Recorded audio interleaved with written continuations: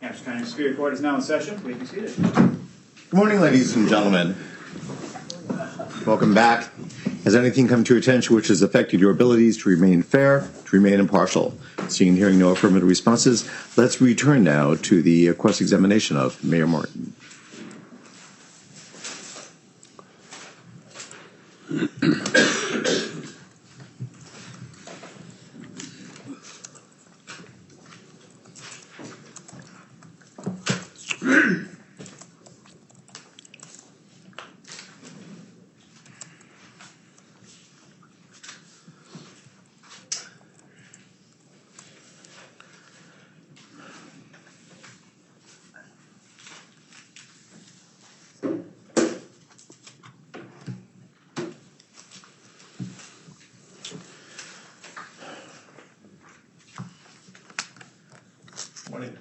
Good morning.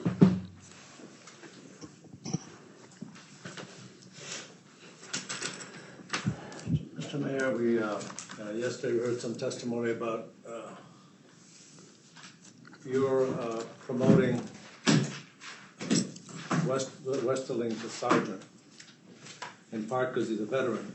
Why don't you tell the jury all of your experience with veterans? First, you were a medic in the first CAV. Yes. 6 to 68. Medic with the first CAV for 1 year in Vietnam, 1 year in Vietnam. and training at Fort Sam Houston, and then reassigned from Vietnam to the Valley Forge General Hospital in Phoenixville, Pennsylvania.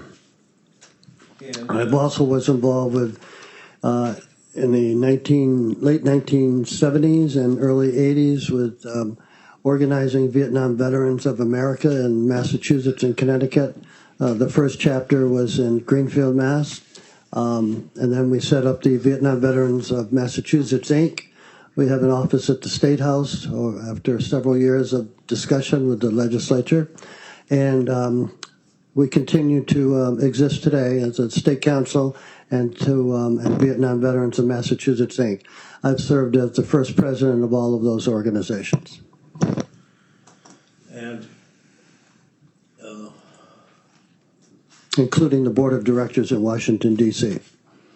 with Sergeant Westerling, so when this came up in early 14, the list was about to run out. And it was a short list and he was on it. Please tell the jurors why you decided to act on his promotion. Well, I guess I have a prejudice for veterans. I think veterans are well disciplined, have an honor code, and spend a lot of time trying to do the right thing. Certainly an officer in law enforcement who's also a veteran is one that can be counted on in a number of different situations.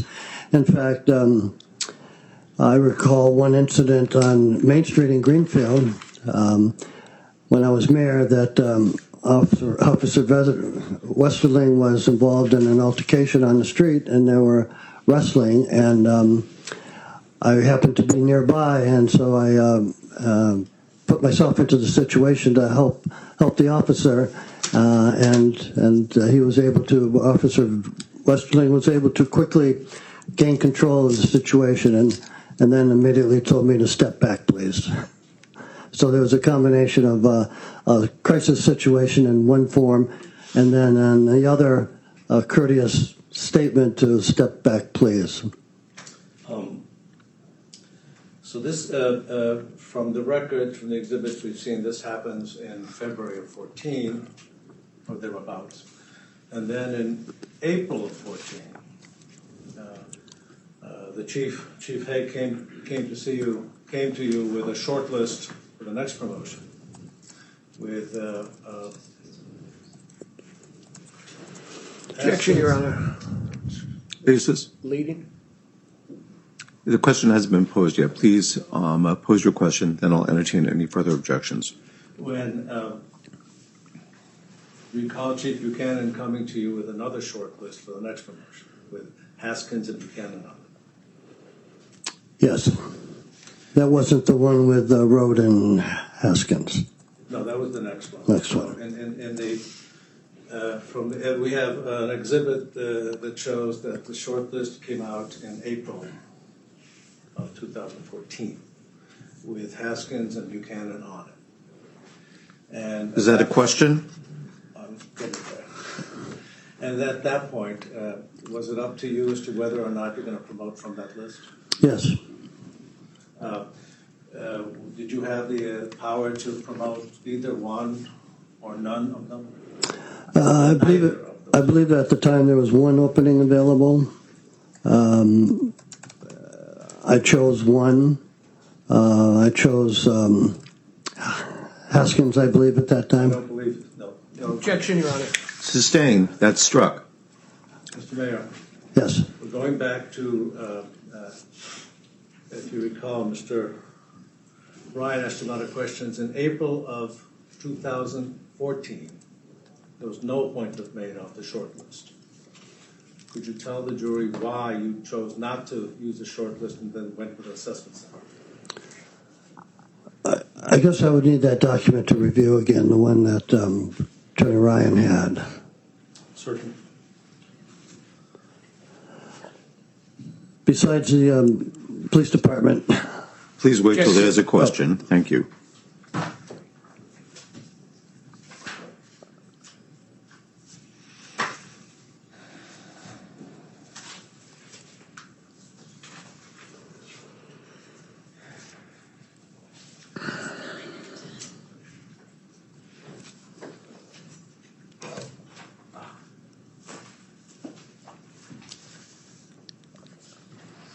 Let me show you what's been marked as Exhibit 9.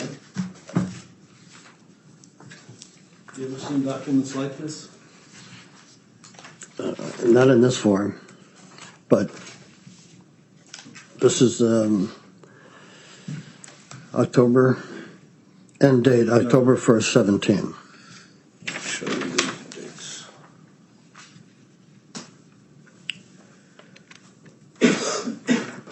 I'm going to move on.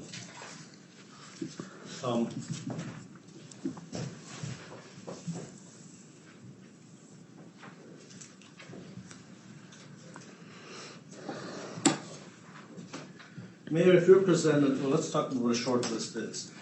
In civil service, under the civil service process, if there's one opening, then you have to have how many candidates for you to do, you're required to appoint?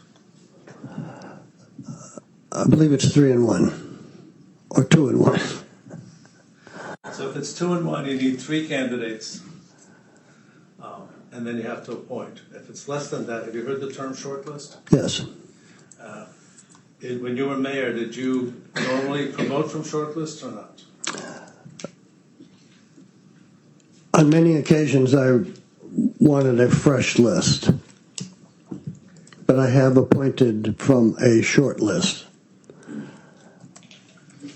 In your making your decisions as to who to hire or promote, when you were the mayor of Greenfield, did race play a role? No. Did you do anything with Chief Haig to increase the diversity of the Greenfield Police Department? Yes, one of the primary reasons I was inclined to hire Chief Haig was to have a parallel vision with what I wanted to do with the police department, and that was to increase the diversity and to bring others in that were not currently present in their department. At the time that you became mayor, there was one Asian officer and one black officer, right? Yes. And that was Officer Ting, who was Asian, is Asian, but he was an officer in Greenfield then. Officer Buchanan is black. Yes. And under your, when you were the mayor, how many more minority male officers joined the department? Do you remember? Not exactly, but I remember we hired, we had at least one transfer to the department. We had another new hire officer, both of them minorities. We just hired another female officer. So we were, as there were openings and and budgets providing for new officers that we try to fill with a wide variety and deep breadth of the department. Do you remember that the department hired Officer Ramos and Officer Soto? Yes. Did you become aware that Officer Soto began complaining that he couldn't work under the supervision of Patrick Buchanan? The chief had indicated to me at times that there were difficulties in people working with Officer Buchanan and some other officers within the department. Mr. Mayor, let's get back to it. Well, at the time you were making your decisions in 2014 and 15 as to who to promote, you had knowledge, you had knowledge about the Officer Buchanan's past service in the department, right? Could you repeat that? You were aware of, you knew things about Officer Buchanan from the years he'd been in the department. Yes. And why don't you explain to His Honor and the jury what you knew about the midnight, was he part of the so-called midnight posse, as you call it? Yes. And why don't you tell us what that was? So the midnight posse is a term I've used having to do with officers on the night shift who spent time targeting individuals. I had many complaints and inquiries about that night shift about what was going on. I had calls from a woman who was fearful because the police car was parked in front of her house all night, 2 or 3 o'clock in the morning. I've had a notification that I was a target of the night shift. My son was a target of the night shift. City councilor was a target of the night shift. And some of this is very public information. Some of it is not so public. And I thought that the important part of modeling for working toward and finding a great pathway for the community policing that was necessary, that Chief Hague and I had talked about, certainly would not include promoting others that might not have shared the same vision. Now, the so-called midnight posse, that preceded Chief Hague's tenure, didn't it? I'm sorry, I can't hear. That preceded Chief Hague's tenure. The midnight posse era was in the 2000s. Right? Yes. And who again did you understand was in part of this midnight posse? Yeah, there was Officer Bobet. I think he would have been the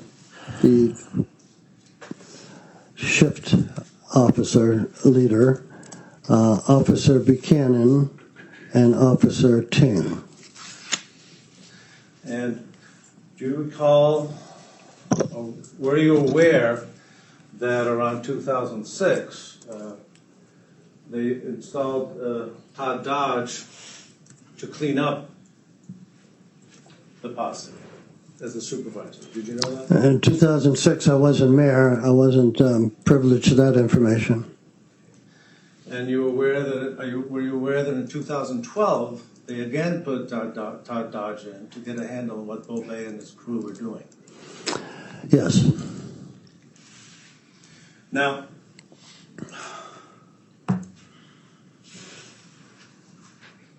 Mr. Mayor, you were asked by Mr. Ryan about Detective Clark and his issues with substance abuse and what you would have done. Yes. Mr. Mayor, if you learned that a Greenfield police officer who went to was at a Kids and Cops event, and as the Kids and Cops event was in the police station, and this officer arrived at the event, observed 3 high school boys smoking cigarettes, told them to put the cigarettes out. 2 did, 1 didn't.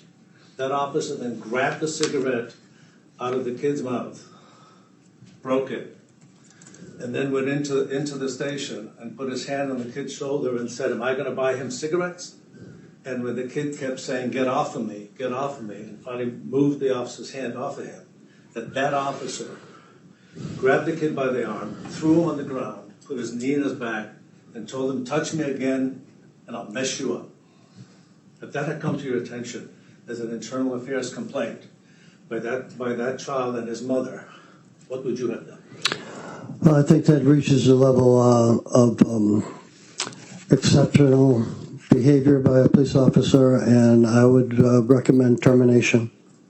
Well, you would have had a few of the mayor you could do more than recommend. Did anyone ever tell That's you? struck from the record once again. Please, no side comments. Yes, sir. In 2002, you were not the mayor. True. So did you ever find out that that's what Officer Buchanan had done? No. Overruled. Nothing else. Redirect.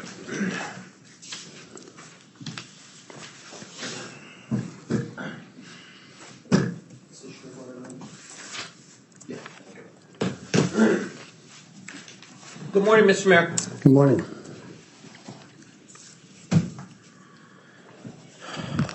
You were elected to the city council of the town of Greenfield when, sir? I believe 2003. Okay.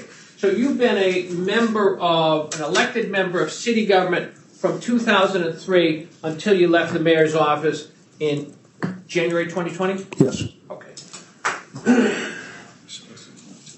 And as an elected member of city government, you have, through the budgetary process, oversight on the police department, correct? Correct.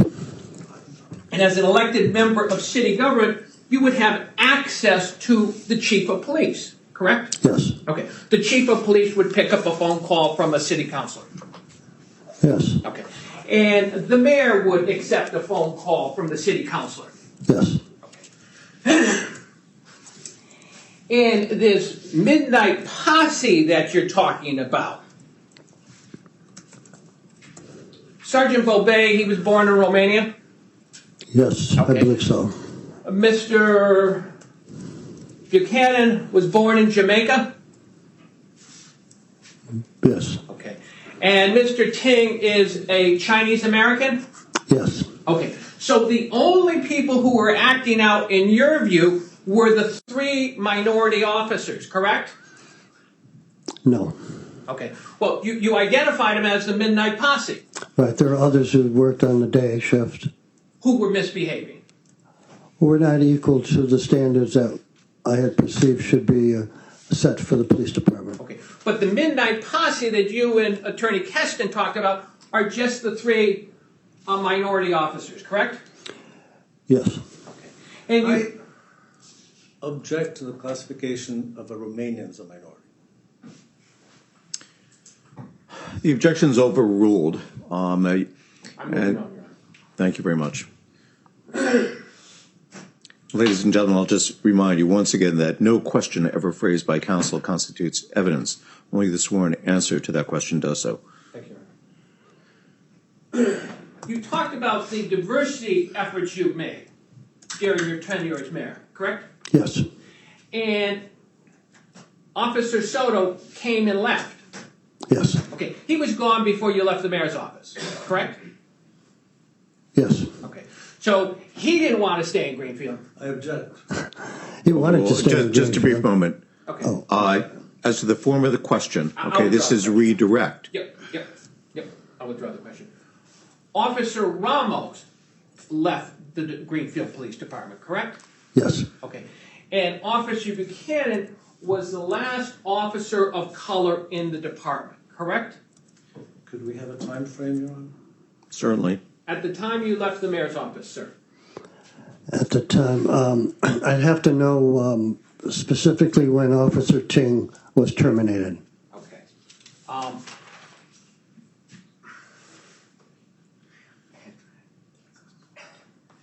Your Honor, I do have that evidence if he's looking for it. Well, this is your case. I'm not going to tell you what to do next, okay?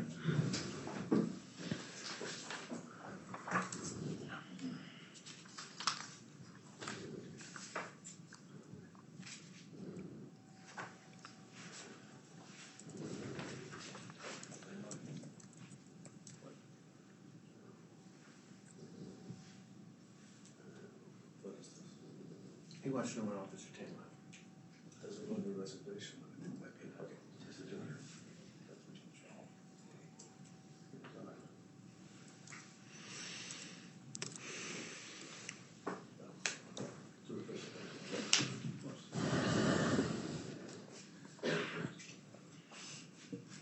Mr. Mayor, Yes, sir. I'm showing you a IA. Your Honor, If you're attempting to refresh his recollection, okay, please hand him the document, point to any relevant portion, ask him to review it, and see whether or not that refreshes his recollection as to when Officer Ting left the department. If I show you that last sentence, Yes. does that refresh your memory as to when Officer Ting left the department? Yes. And when did Officer Ting leave the department? 2015. July 2015? Yes. Okay. So, in answer to the question, at the time you left the mayor's office, the last minority officer in the department was Patrick Buchanan, correct? Yes.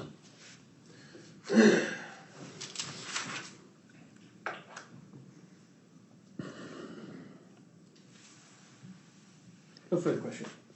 Attorney McDonald. Thank you, Your Honor. In addition to the officers, you picked the chiefs of the department, correct, sir? Yes. And you picked 5 chiefs. Is that what you testified to yesterday? Yes. Every one of them was a man, right? Yes. And none of them were black, right? Yes. In addition, in your last year as mayor, sir, isn't it true that the city council had a vote of no confidence in you? Yes. No I further object and move to strike. Sidebar. Outside the scope.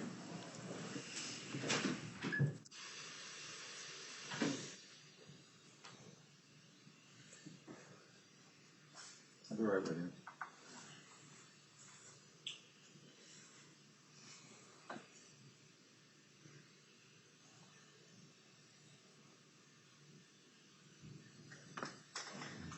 All right, very well. The objection is that it's outside the scope? Well inside the scope. Okay, and your response? He did a big scope on his credibility, his service in Vietnam, his Certainly, credentials. there was much to do about this witness's reputation in city government. The objection is overruled. Thank you. The objection is overruled. The answer will stand. Thank you, Your Honor. No further questions. Okay. Very well. Recross. None. All right. Does anyone anticipate recalling Mayor Martin? No, Your Honor. No, Your Honor. No, Your Honor. You're excused. Have a great day, sir. Thank you very much. you. Can I see counsel at sidebar, please? I'll be right with you.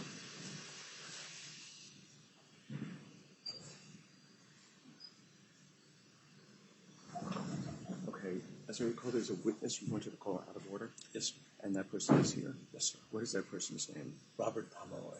Okay, is, He was sitting in the back. right, okay. Is he Chief Pomeroy, so I get his title correct? He's a retired chief. Right, okay, so he's Chief Pomeroy. And he's your witness, right? Yes, sir. Okay, all right, I'll turn that to the jury and we'll bring him up, okay? How long do you anticipate his testimony will be?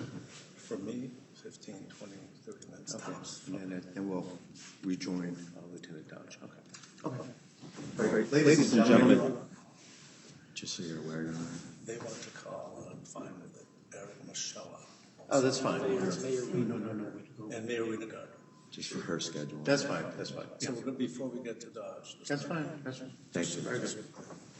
Okay, ladies and gentlemen, I mentioned yesterday that sometimes we call witnesses out of order, and indeed we're about to call a witness, and this is a witness on behalf of the defendants in this case, who is going to be called now to testify. We only do this strictly for scheduling purposes. Sometimes a particular time and day works better for a witness. We accommodate people in that regard. And you're not to infer anything by virtue of the fact that we're calling this witness out of order. Okay, very well. So, Attorney Keston, you may call Chief Pomeroy. The defendants call Chief Robert Pomeroy. Great. Chief Pomeroy, please step forward. Good morning, sir. We'll swear you in.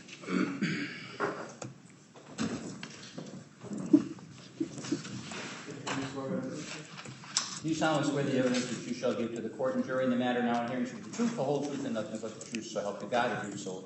I do. Thank you, sir. Watch your step. Great. Chief Pomeroy, please have a seat, make yourself comfortable, and speak directly into the microphone. Thank you very much. Thank you, Your Honor. Okay, Attorney Keston, whenever you're ready, sir. Thank you.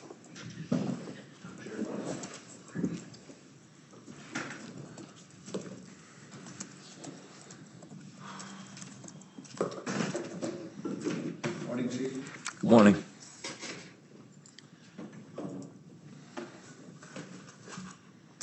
You stated your name for the record, so we're all set. What's your name? Robert Pomeroy, Pomeroy. And could you tell us our and the jury your education? Yes, I have a bachelor's degree in history from Bridgewater State College, Master of Science in Criminal Justice from Salve Regina College, and a Juris Doctor from Southern New England School of Law. I'm also a graduate of the FBI National Academy at Quantico, Virginia, and a graduate of the FBI Law Enforcement Executive Development Program at Quantico. Would you please tell us, our jury, your employment background in law enforcement? Yes, I started my law enforcement career with the Plymouth County Sheriff's Department. I worked there for 1 year, and then I went on to the Plymouth, Massachusetts Police Department. I started there in January 1977. I retired in August of 1992. I had progressed through the ranks. I was a patrol officer, a detective, a court officer, sergeant, lieutenant, captain, and then chief for approximately 15 years before I retired. Shortly after I retired, I was the interim chief of police in Hamilton, Massachusetts for several months.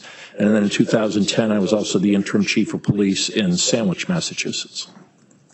And when did that end? That was in that ended about April of 2010. That's your last, as far as you know? Yes. Yes. Okay. Is there a mandatory retirement age for police chiefs? At 65, but I left prior to that. What have you done since? Two companies. One is I'm a private investigator, licensed private investigator. I do private investigations. I also, since 2005, prior to my retirement, I worked part-time for a company called Badge Quest. They're a public safety consulting company that operates throughout New England that specializes in police promotional processes. And then in 2014, I became an owner of the company and had that until just this past December. You had been hired by the town of Greenfield on how many occasions in the past as the president of Badge Quest? Correct. Badge Quest did 4 processes for Greenfield. You say processes. What are we talking about? Assessment centers. So an assessment center is it's a type of a promotional process. You're familiar with civil service? Yes. And how does the typical civil service hiring process go for, say, a sergeant or a police department? Okay, if a department is a civil service department. Back up, was Plymouth a civil service department? Yes. Okay. So when you were the chief in Plymouth, tell us how it would work if you wanted to promote somebody to sergeant or hire a sergeant on the straight civil service without an assessment center. How does that work? Without an assessment center, the municipality, the hiring authority, would contact the Human Resources Division, which is the Commonwealth agency. It's usually referred to as civil service, but it's actually the Human Resources Division. They administer and are responsible for these examinations. So you would contact them, and you could have an examination scheduled. They offer promotional examinations. I think it's once every 2 years, and candidates could apply and take a civil service promotional test. That's one possibility. Okay. And if there's one opening for sergeant, well, let's back up. When the civil service test is offered for a promotion to sergeant, let's say in Plymouth, is that exam open to anybody in the state? No, it's only open internally to the next lowest rank. So if it was for sergeant, it would be open to patrol officers. If it was for lieutenant, it would be open to sergeants. Okay, so if if you're promoting a sergeant, you wanted to promote somebody to sergeant in Plymouth under the straight HRD or civil service procedures, you would call for an exam and only Plymouth officers could take it. That's correct. The pool's limited. Yes. And civil service would determine whether somebody passes or not. Yes, civil service would administer an examination. It depends. It could be 80 questions or 100 questions, multiple choice examination based on criminal law and criminal procedure, and that is one segment of the final score. In order for somebody to move on, do they have to pass that test? Yes. What's the passing grade? 70. And if there's one opening available, how many candidates do you need to get the list certified? 4 have to sign up to take the exam, and then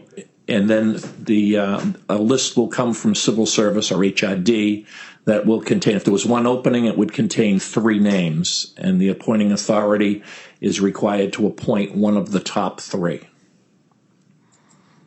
So if only 3 passed, is it then called that the list is certified?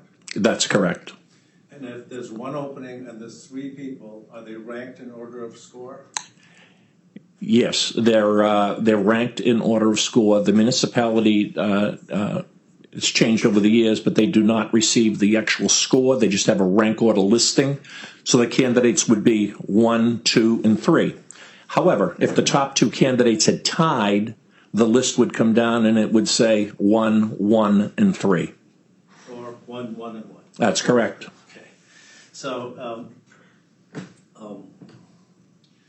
if you have one opening and there are 3 people that pass the test, at least 3, then the municipality has to hire one of those 3. That's correct. What if there's 4 that pass the test? If 4 pass the test, but there was only one opening, they have to hire one of the top 3. Yes. And does the municipality, in Plymouth, when you were the chief, who's the appointing authority? The town manager. And does the town manager have the authority, does the town manager have to hire the top person? No. Okay, so tell me how that works. Tell us how that works. So, for example, if there was a list of 3 candidates and they were rank ordered 1, 2, and 3, the town manager could appoint the first candidate, or if they wanted to bypass, and that's what it's called, a bypass, and select the number 2 candidate, they then have to provide written reasons to HRD for the positive reasons that they went to the number 2 candidate and any negative reasons on why they bypassed the first candidate. And then civil service would have to approve that. Civil service would have to approve the reasons. That's correct. And if the bypassed candidate was dissatisfied, what was available? They could appeal the bypass to HRD. Is that something typically handled by the union or by the candidate? That's by the candidate, and that actually would then go to the Civil Service Commission. Now, if there's 2 openings, how many viable candidates do you need to have the list certified? So the formula is 2n plus 1, so 2 times the number plus 1. So if there's 2 candidates, you need 5. That's correct. If there's 3, you need 7. Yes. You might not have that many candidates, but But that's what you need to have to hire. yeah, that's right. Are you familiar with the term shortlist? No, I'm not. In Plymouth, did you have a situation where you had an opening and only 2 people passed? Where I didn't have enough candidates to fill the positions? Yeah, only 2 passed. You didn't have 3 that passed. You had 2 that passed for an opening. That ever happened? Yes, that happened. That happened in Plymouth, and I've seen it happen elsewhere. Can the appointing authority hire somebody even if there's a list that's not certified? Yes. So, give an example. So, let's suppose there was no list available. No one had taken an exam because there wasn't any anticipated openings. The municipality could promote someone on a provisional basis, until the next exam, and then go through that process. So in order to go through the process, there has to be, under the state civil service process, there has to be an exam. That's correct. So here's my question. There's an exam. Only 2 patrolmen achieve a grade of 70 or better. There's 1 opening. Can the municipality, through civil service, hire one of those 2? I'm sorry, could you rephrase that, please? There's a civil service test. There's an opening in Plymouth for a sergeant. Civil service test is given to Plymouth candidates. Only 2 pass. Can the town manager decide, I'm going to hire even though we don't have 3? Not on a permanent basis. So as you understand it, it has to be 3. If you had 2 openings, you could hire the first 2. If there were 3 openings, but you only had 2 candidates. No. I'm sorry. There's 1 opening. 1 opening. Only 2 people pass the test. Yes. In this trial, we're referring to that as a short list, but only 2 people pass the test. Can the municipality say we're going to hire one of them even though we don't have 3? I don't know the answer to that. Now, at some point you were retained by, Badgecrest was retained by Greenfield to do some assessment center. Yes. Is the assessment center, how long have those been around? Quite a few years. I'm thinking civil service started permitting those in the mid-2000s, I believe. And when your company, Badgecrest, did your company, what's the first assessment center that you did for Greenfield? It was for deputy police chief, and that was in 2014. How did you come to be hired? There was I believe there was a request for proposal put out by the municipality, and Badgecrest submitted a proposal and was awarded it. So, please explain to the jury exactly how that process worked. So now you're hired, and you're going to do an assessment center for deputy chief. How does that happen? What happens? Okay, so the first thing that happens is a municipality needs to contact civil service or human resources division and tell them that they have a opening for a rank, let's say it's sergeant, and they would prefer to have an assessment center as opposed to a strict, normal written examination from civil service. If civil service approves that, they have the municipality sign. It's similar to a contract. It's called a delegation agreement. And it spells out the rules and regulations from HRD as to what the responsibilities are of the municipality in hiring a vendor. And then it also spells out the regulations or requirements that the vendor has to engage in to conduct the assessment center. And then once that's done, and now Badgecrest is coming to do it, say the deputy chief, what do you do? I mean, who does it? How does it work? So the first thing we do is we obtain a copy of the delegation agreement. Then we contact the municipality. In this case, it was the HR director. I believe his name was Dennis Helmus. And we ask for a copy of the job description. We also perform a task analysis. In other words, there's about a list of about 180 tasks that a candidate or a potential sergeant may perform. We evaluate that, and then we complete what's called a department profile. So it's a multi-page document that we have put together, and it asks many questions about the community, everything from demographics, the number of officers in each rank in the department, how children get to school, biggest issues or most serious issues or crime issues in the department. And the reason we need to know that is we need to design the assessment center so that it would be applicable to that community. So a deputy chief's position in Greenfield would be different from when, for example, we did the superintendent's position for Cambridge. Or it may be different from even a chief's position in a small town like Halifax. So I've done prior to owning BadgeQuest, when I was working for BadgeQuest as an assessor, I would go in and do evaluations. I was an assessor in about 75 processes. And since I became an owner of BadgeQuest, I actually designed and administered over 300 processes with thousands of candidates throughout New England. So once we do that, we have what we call an orientation packet for the candidates. And we provide that to the candidates, and we also provide them with forms that go directly to HRD if they want to claim veterans preference. Veterans get 2 points. Veterans preference is a form. We provide it.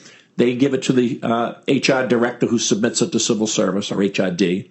We also give them a 2-page form that explains, it's printed from HRD, explains how to claim what we call in-title experience. And there's the 1 page is just instructions on how that process works. And then the second page is for them to complete it and have it signed off by the municipality verifying their experience. And the reason that they need that is this. For this process in Greenfield, employment experience is valued at 10% of the grade. And there's a formula that HRD uses on, you get 0.2 points per month credit for every month served in the position. And it explains all this in the form that's given to the candidates. So when the assessment center is completed, first thing I do is I only use current police chiefs or retired police chiefs to perform assessment centers. So between my police chief assessors and my fire chief assessors throughout New England, I have, I think, about 45 in a cadre that we'll use. So obviously we use assessors that are not familiar with the department. They don't know any of the candidates. So we put together a series of exercises, usually 5 or 6, and they do everything from a written component. There would be perhaps an employee counseling session, situational scenarios, interview questions, simulated meetings with boards of selectmen or Rotary or citizens, some type of citizens group. And so all of those exercises are weighted the same, and we take those scores at the end of the day and we send them to Civil Service. When we perform these, the candidates are anonymous to the assessors. So the assessors know nothing about the candidates. They don't know their name. They don't know how long they've been on the job or their educational experience. And as I always explain to candidates, an assessment center is an exam. It's just a different format. So if you took a 100-question multiple choice exam, the exam doesn't care what your background is. It's how many questions you get correct. And I tell candidates, when we do an assessment center, the same rules apply. I tell them it doesn't make any difference to us whether you have a GED or a PhD, 4 medals of valor or 4 suspensions, the best sick leave record in the history of the municipality or the worst. Those are great things for an appointing authority to consider, but when we do an assessment center, the only thing that they're evaluated on is how they perform in each of those exercises. So the assessors know nothing about the candidates. And when we also do a written component, let's say a written narrative exercise is one of those exercises, that is blind graded. So the assessors do not even know whose paper they're evaluating. So when I'm finished, I send in what I call the raw scores directly to HRD. HRD then sends me back, or they did at that time, it's changed a little bit, but at that time they send me back a spreadsheet. And they'll say, okay, candidate A had an 85 and he had so many points for education and experience.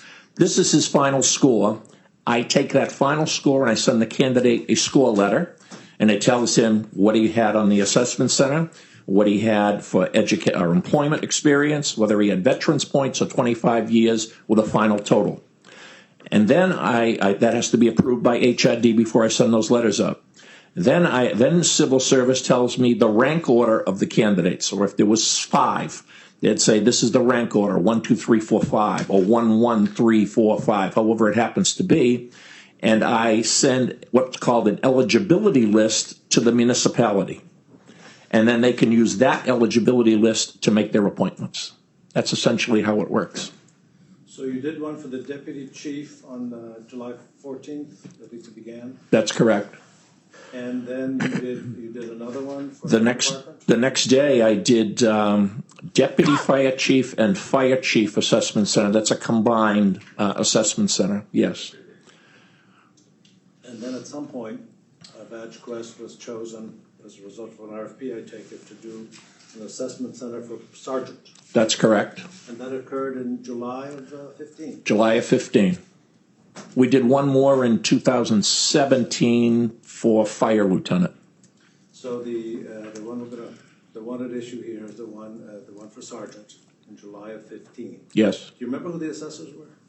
Yes, I remember. I have a list here, but I remember Chief Michael Whalen, retired now out of Dennis, former chief in a couple of departments in Connecticut. He's an attorney. Chief Mark Paulina was one of the assessors. He's the chief in Chatham. Prior was the assistant chief in Hartford, Connecticut. Chief Jeffrey Roy, he was a captain in Amherst, and then he was the chief in Orleans. Chief Ed Drew, he was the retired chief from Waltham. And there were two others I don't remember off the top of my head. We had two teams because of the number of candidates. So typically, if we have up to 5 candidates, we'll have one team of assessors. If we go over 5 candidates, we'll have 2 teams of assessors. So each team takes so many exercises. And the one for sergeant had one extra component to it. It had a written exam that I have someone design it, Hand Consulting. They designed the written exam, and the written exam is based on criminal law, criminal procedure, and the rules and regulations or policies and procedures of the police department. We put out a reading list. That was weighted at 50% of the final score, and then the assessment center at the other 50%. And to get ready to testify today, did I contact you at some point in the past to tell you that we needed you as a witness? Yes. And what did you review to refresh your memory about this assessment center before you testified today? I took a look at the documents that I had in my assessment center package. And how many candidates, do you recall how many candidates you ranked? There were 6. That's the question.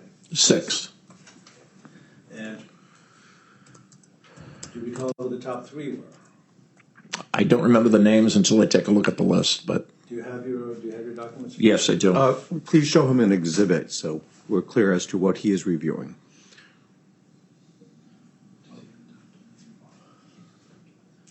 The document. It's not an exhibit. Then you can share it with counsel and seek to introduce it.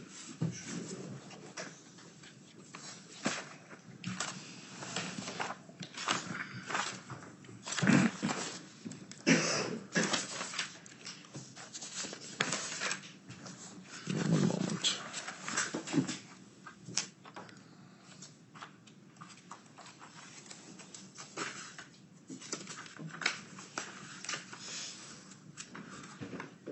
A minute.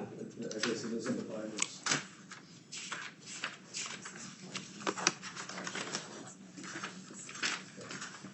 Showing tab 14. Tab 14. Okay, please, someone can, Chief, I have. Okay. let's use the exhibit if, Attorney Kessin, if you could please show the chief the binder, please. Thank you.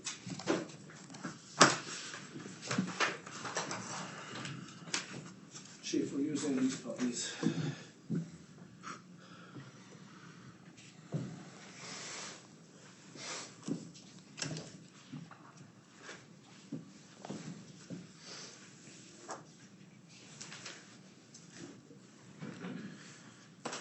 So we're looking at tab 14, you said? Yes. Of Exhibit 1. And could you tell us who the 6 candidates were in their rankings, top to bottom? Okay, so there were 6 candidates. First candidate was Jason Haskins.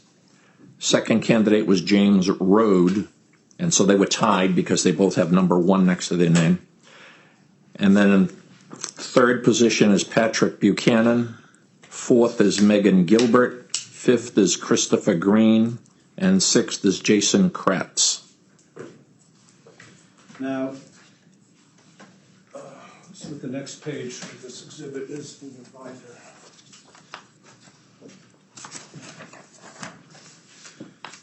Okay. That's who's Buchanan's. Okay. Mm-hmm. The next page in the binder is, what do you call this type of letter? This is the score letter that I would send out to each individual candidate.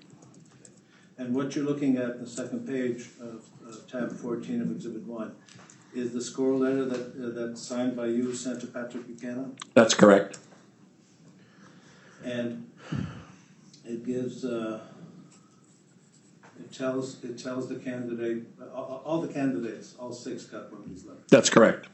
And it tells them how things are weighed. Correct.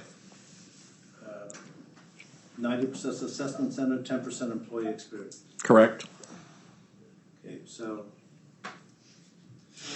it says on then Patrolman Buchanan's assessment center score 87.92.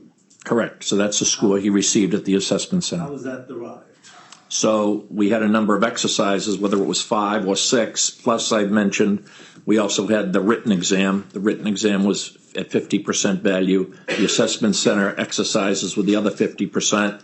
Averaged together, that was the raw score, was 87.92. And the employment experience is 0.20. That's correct. And that reflects what, 1 month? Yes. So we don't get involved in the employment experience. So as I mentioned, we provide the forms. The candidate gives the forms to the HR director. They're sent to civil service. Civil service tells me what the calculation is for their employment experience, and they provide me with this information. And then the scores are rounded. And there's a spot there if there was 25 years preference or veterans preference, which I don't think any of the candidates had. And then the final score, which is rounded. And in terms of Officer Buchanan, you had to do the 90-10, 90% assessment and 10% employment experience calculation to get a final score, right? Actually, civil service does the calculations and provides them to me. Okay. So how do they do it? How do they weigh 87.92 at 90% and 0.2 at 10%? So what they do is they take the 87, they take the raw score, and then they add in the employment experience points, whatever they are, add them together, multiply by 10%, that gives you a number. Then you take the raw score again and multiply it by 90%, that gives you another number. You add the two together, which gives you the final calculation. And that's explained, the calculations, and there's even an example, is explained on the employment experience forms that we provide to the candidates. So when you look at this, it does not end up as 87.92 plus 0.20 being the final score, right? Because they have to be weighed. Correct. And you have done the calculation that Yes. the civil service would have done? Yes. So when you weigh those two scores, what final score do you come up with once they're weighed at 90% or 10%? The final score is 88. Now, in this lawsuit, Mr. Buchanan is complaining that he was demoted after the 1 month in January. And if he had worked... So I'm assuming he had sergeant experience or acting sergeant experience for 1 month. In January, so that's what we get to point to. Okay. If he had not been removed from provisional sergeant and worked February, March, April, May, June, July, 6 months, which was the date of the test, what would his final score have been? I just did the calculations a few minutes ago, and I'll have to look. It's 87 point something. I would have to look at the numbers. So the final score of 88 would not have changed? No. Well, excuse me. If I could take a look at my number real quick. Okay, we need to show it to you. Sure. The final score was, it was 88. Just a brief moment, please. Sure.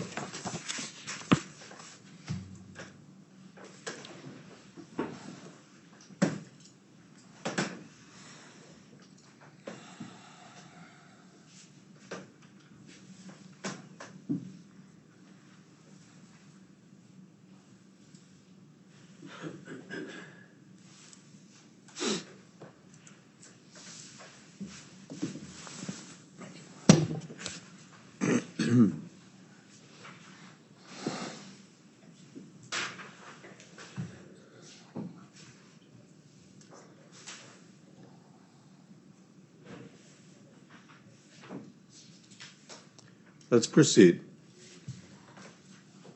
Did you give it back? Yeah, I gave that.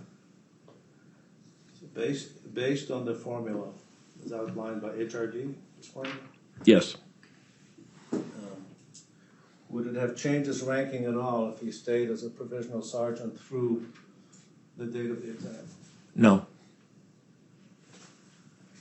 Now, tab what? Gentlemen, this is tab 42. Yep. Yep.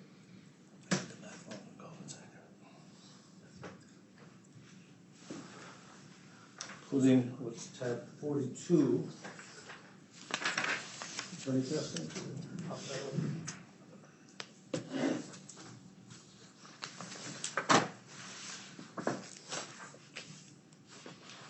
What is it? This is what we call a candidate evaluation form. So at the completion of the assessment center, when it's completed and the scoring has been done, we ask the candidates, it's voluntary, to fill out an evaluation form, and we use this as feedback to improve our performance. And can you scroll down all the way, Attorney Kessler?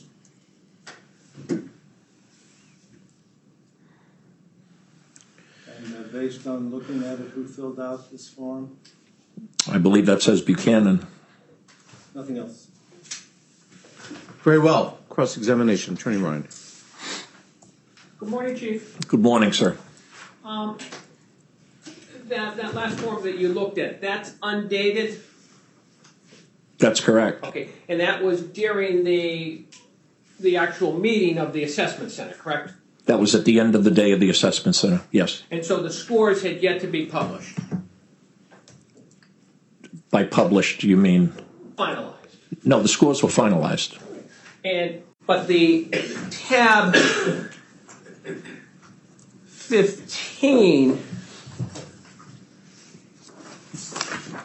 tab 14, the letter to Mr. Buchanan's dated August 4th, 2015, correct? Correct. Okay. So the assessment center had been completed earlier. Yes, on the same day that we had the assessment center. So a couple weeks prior, correct? Yeah, I think about a month. And when we're looking at these numbers, for Officer Haskins, going back to tab 14, he gets 1.6 for employment experience, correct? Or 1.2, I'm sorry. Yes, that's what it says. Yep. Which means he had been a provisional sergeant for 6 months. Correct? I'm assuming that, yes, that's what You say they get 0.2 for every month. that's what civil service says, yes. So that means he had 6 months in grade where he's actually doing the job and learning what a sergeant does as opposed to a patrolman. Well, I don't know what he's done, and that we don't fill out those forms. That's for the candidates to fill out and to send directly to to their human resource director, who sends them to civil service. But by having 6 months in the job, it gives him some greater familiarity with the issues that a sergeant would face? I would think so. Okay. In Sergeant Road, if we go, or James Road, if we go to him, he's 2 pages back from Haskins. He's 5.2, correct? That's what it says. Okay, so that means he had 26 months in grade as a sergeant. That's what I'm assuming, yes. That's what the math takes us to, correct? Well, that's what civil service would give you credit for, 0.2 points per month. Yep. So in order for that to work, he would have had to be doing it for 2 years plus. That's what I'm assuming, yes. And again, with the 2 years of experience, he would be much more familiar with the work that would be required of a sergeant, correct? I would think so. In civil service tests, as opposed to assessment centers, it's a valid promotional tool, correct? Yes. And you're familiar, Chief, with the litigation that took place down in Boston years ago, correct? No. Challenging the civil service? No. Litigation brought by minority officers challenging the fairness of civil service promotional exams? I heard something about it, but I've never read it. And you understand that the minority officers were challenging the promotional exams, saying that it was unfair to them. In general, I don't know the specifics. And one of the responses was to create assessment centers, correct? But that I'm not familiar with. Just a brief moment. You'll need to lay a foundation. This witness has testified as to a certain lack of familiarity with those events. Objection sustained.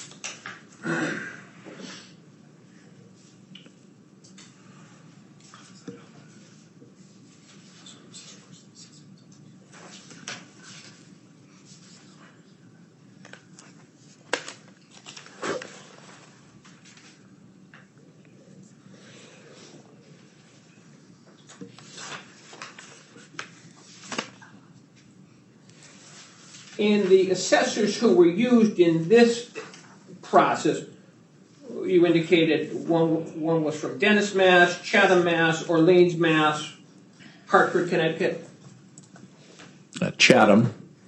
Orleans. Chief in Chatham, who was formerly an assistant chief, actually acting chief in Hartford. The chief from Dennis, who had several chief's positions in Connecticut. He's also an attorney. The chief from Orleans, who had been from Amherst. And without looking at my list, I couldn't recall who the others were. You indicated Drew from Waltham. Right, Drew, retired chief from Waltham. Yeah, and there was two more.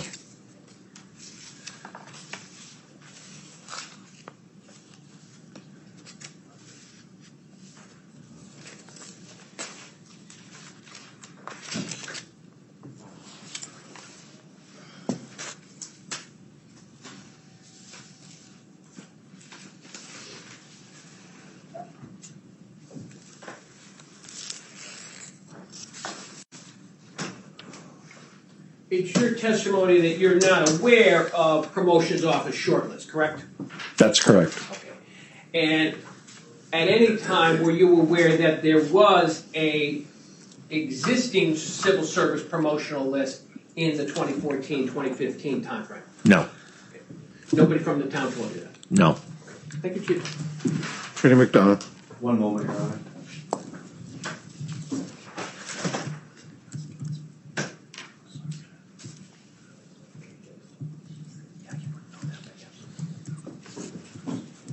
Mr. Pomeroy, Michael McDonough on behalf of Mr. Todd. Good morning. Good morning, sir. The scoring, you said that there were two that tied. Mr. Keston asked you about the 2014 sergeant's results. Yes. And I think you looked at some papers in which Just a brief moment. Wrong year. Okay, sustained. 2015 promotion results, thank you. And you remember looking at those where Mr. Buchanan came third. That's correct. And there were two individuals 1 point above him. Do I have that correct? I don't remember what the scores are, but I know there was two people that were higher than him. Okay. You recall that if you turn to tab 14, you can see those forms.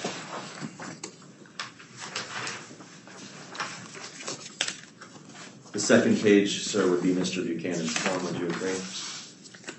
Yes, I see Mr. Buchanan's score letter. And his score was an 87.92 initially.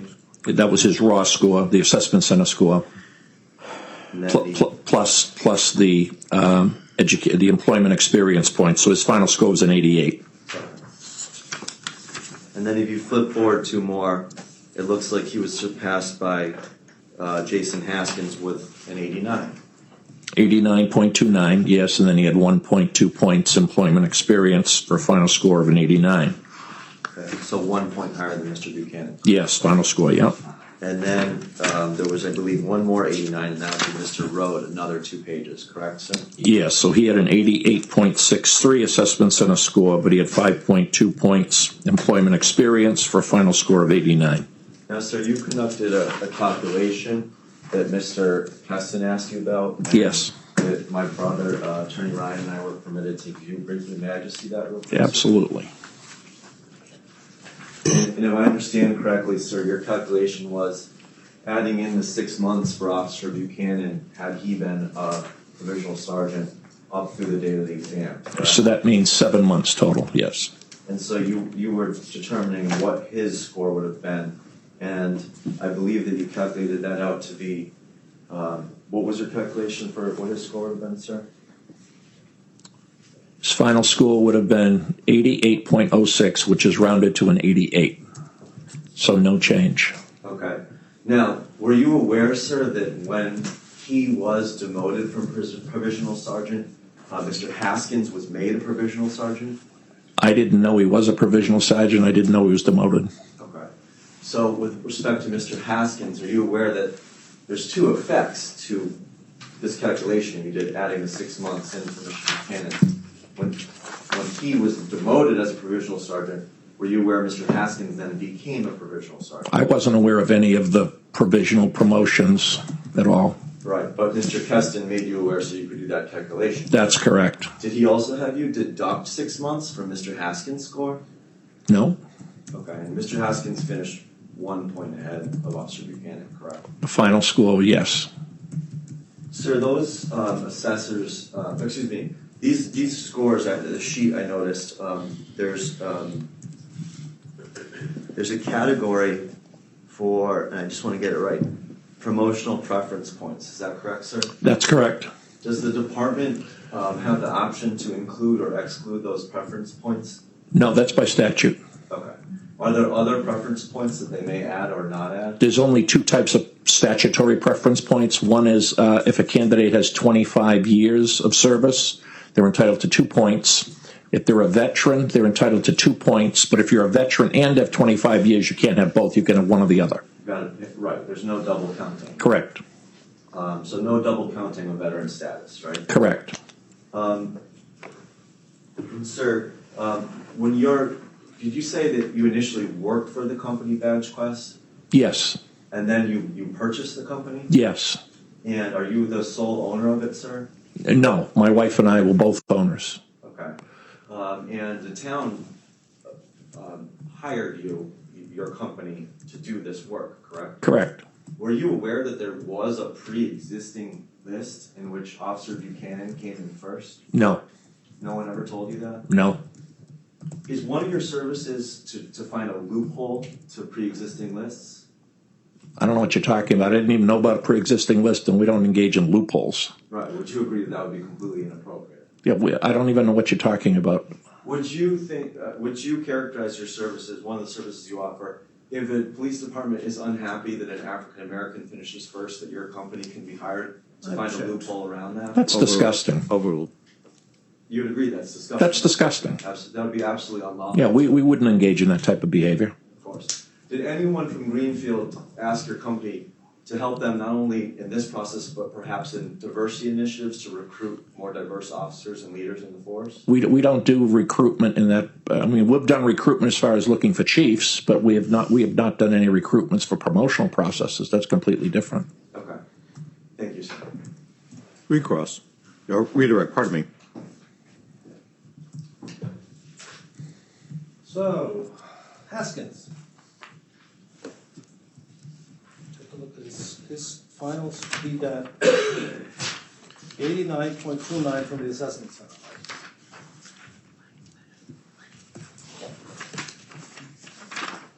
Now, can you get up tab 14, Your Honor, of Exhibit 1? Mm-hmm.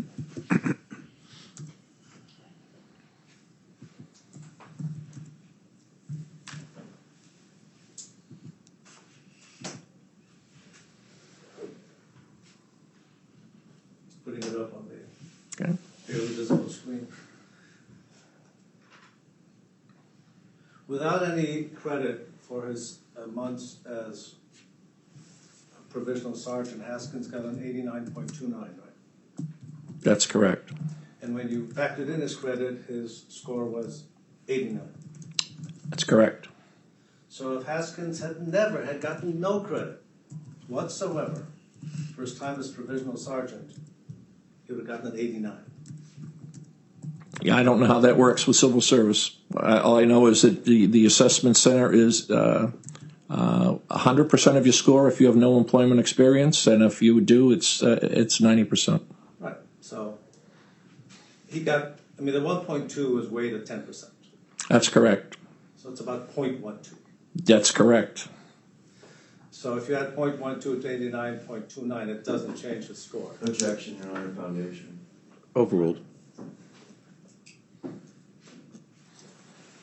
I mean, anyone can do the calculations and figure this out. I mean, you just take I'll just say again, you take the raw score, the assessment center score, and you add in the employment experience points, which gives you a new number, and you multiply that by 10%, that gives you the points, a point number. And then you take another number, you take the raw score again, you multiply it by 90%, and then you add in the 90% number and the 10% number for the final score.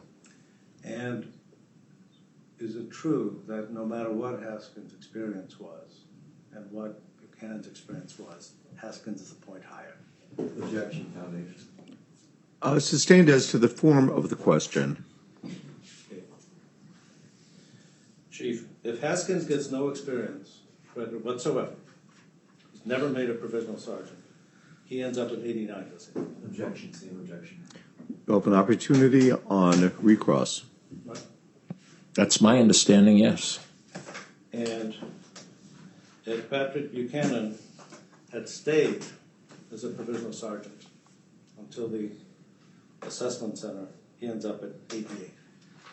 You did that calculation. Yeah, I did that calculation. Thank you, Chief. Attorney Ryan. The assessments, Chief, were done by the assessors, correct? That's correct. They weren't done by you. That's correct. Okay, so it's 5 or 6 people, and you're just kind of tabulating those scores, correct? That's correct. Okay, and you're not party to any of conversations that they may have had with any official from the town during the process? They're not allowed to communicate with any official from the town. We have a standing rule. They're not allowed to communicate with any official. Sometimes communities will have an observer there, such as HR, and I have a standing rule from the beginning. The observers are not permitted to talk to the assessors throughout the day. Okay. But when this assessment center happened, you weren't present? Oh, yes, I was the entire time. Okay. And the assessors, they came to their conclusions, correct? That's correct. Thank you, sir. Attorney McDonough. Nothing further, Your Honor. All right, anything further? Nothing at all. Okay, Thank you, very Chief well. Pomeroy. Does anyone anticipate recalling Chief Pomeroy? No, Your Honor. No, Your Honor. Thank you very much, sir. Have a great weekend. Thank you. Yep, okay. Now returning to the plaintiff's next witness.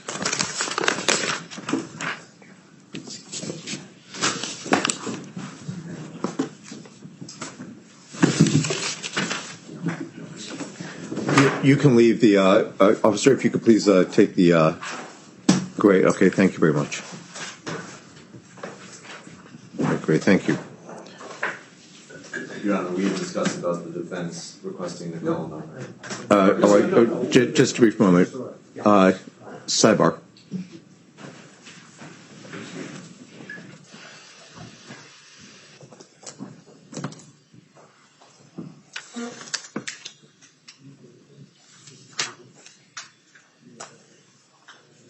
Okay, just a moment.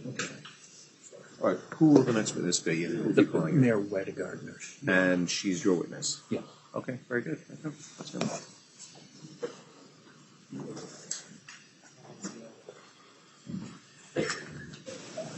Okay, Your Honor, this is from our book.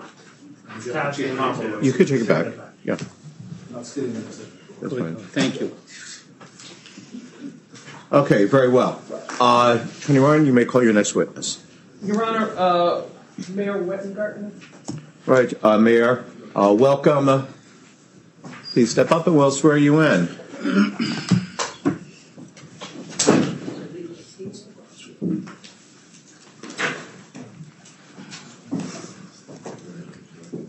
All right, Mayor Wedegardner, welcome.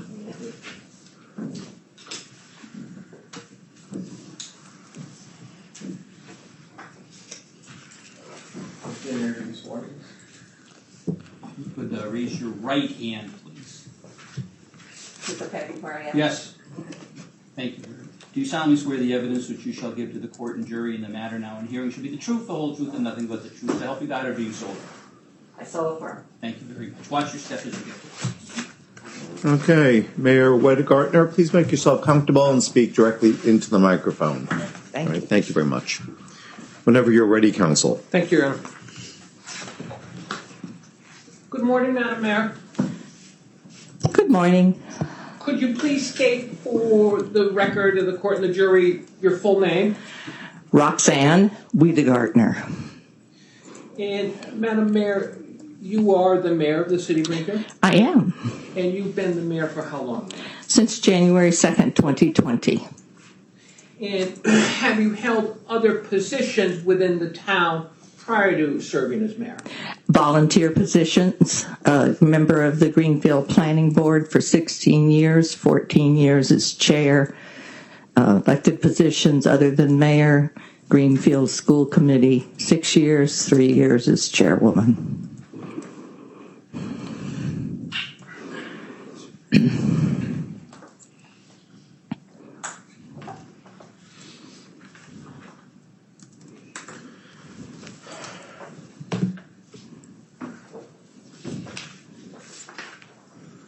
Would you agree, Madam Mayor, that as the mayor, you are the appointing authority for the police department?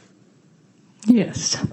And are you the appointing authority for all departments in the city?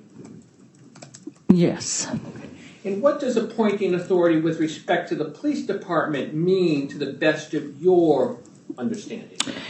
To the best of my understanding, it means that there is a process in place for police department hires, and the police department generally presents the mayor with a slate of officers, either to be hired or to be appointed.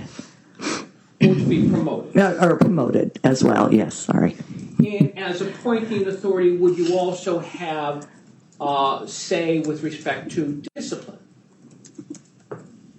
I suppose if it rose to the level of needing my decision making, yes. But not necessarily on the day-to-day. And that appointing authority would also relate as well to any termination, correct? I have not had to terminate any police officers, so I can't really tell you at what point in the process I would become involved, but I can envision a case where that might happen. And there were promotions done in 2021 with respect to the police department, correct? Yes, I believe that is correct. Have there been any other promotions that were done, Madam Mayor? Not that I recall. And so the promotions in 2021 were the first time that you exercised authority as the appointing official. That is true.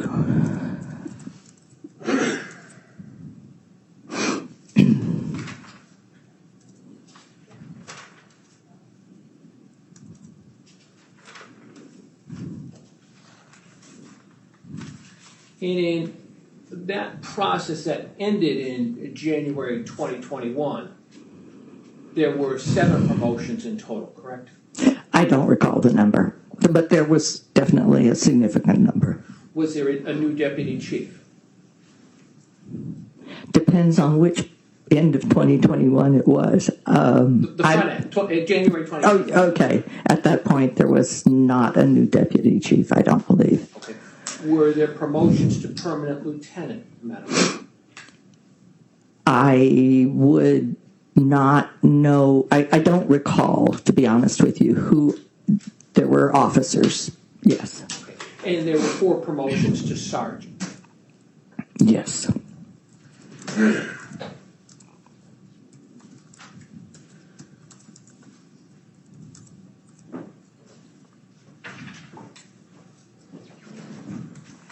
Do you recall, Madam Mayor, that we met approximately a year ago? Yes, I do. Up in the Greenfield City Hall? That is correct. And we took your deposition? Yes. With respect to the 2021 promotions? Yes.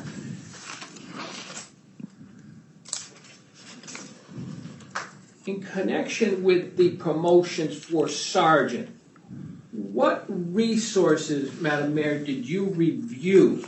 What written materials did you review prior to the promotions? I was presented with a list of candidates for promotion. I don't recall reviewing any other materials. We do have a public safety commission. They also become involved in the earlier parts of these types of hirings and promotions. And was it a written list or was it a verbal list? I believe it was a written list. And you presented how many names? I do not recall that. Do you recall testifying as to a conversation you had with respect with Chief Haig regarding the promotions, Madam Mayor? I don't recall the exact content of it, no. But I do remember testifying to it, yes. Okay. Yeah. And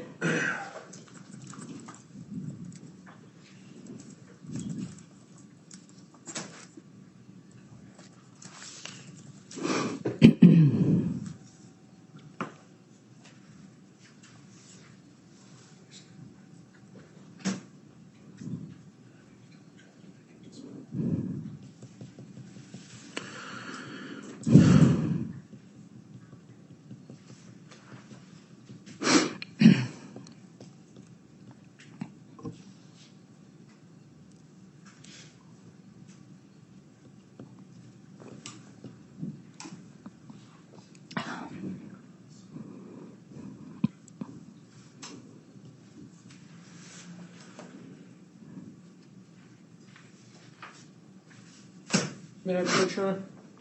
Counsel need not request the court to approach any witness. Your Honor, may I be told the page? Page 14. Thank you. Oops. Oh, I can read it. I left my glasses, but I think I can read it. What is it that you wish me to focus on? I'm going Page to 14. Yeah, down here at the bottom, it's line 20. I'm going to read my question. And if you would read your answer. What was your involvement in the process? I received a list of officers from the attorney. Excuse me. I received a list of officers from the attorney. From the chief, as his recommendations. And he basically gave me a 2 or 3 sentence explanation for his choices in terms of their status in their career and their times moving forward. And my question was this in writing or verbal? I said verbal. Okay. Verbal over the phone or face to face? Face to face, as I recall. And so do you now recall that you received a list? I do. Okay. And you received a list that contained what, Madam Mayor? If you were showing her the deposition transcript for any particular reason, thank you. Thank you.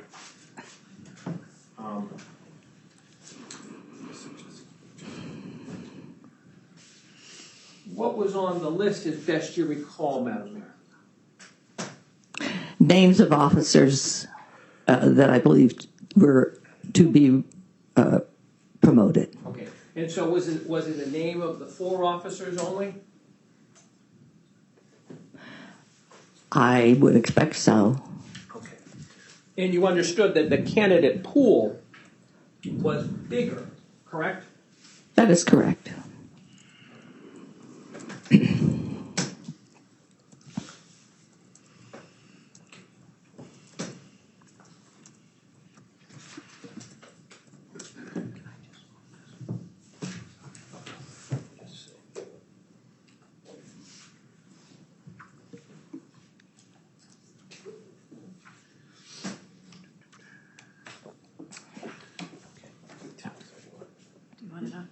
Yeah, tab 31. Madam Mayor, let me show you.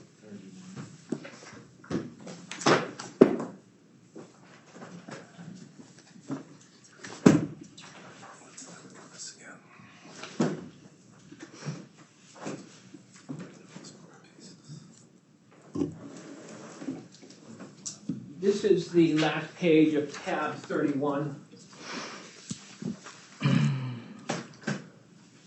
Madam Mayor? I've never seen this, so I don't know if I'm supposed to be reviewing it or. Okay. So you've never seen that list of the candidates who were, or the officers who were candidates for promotion in the January 2021 promotional process? Not in this form, no. Okay. Did you know at the time of the promotion that all 10 of those individuals had applied and were candidates for promotion? No, I did not.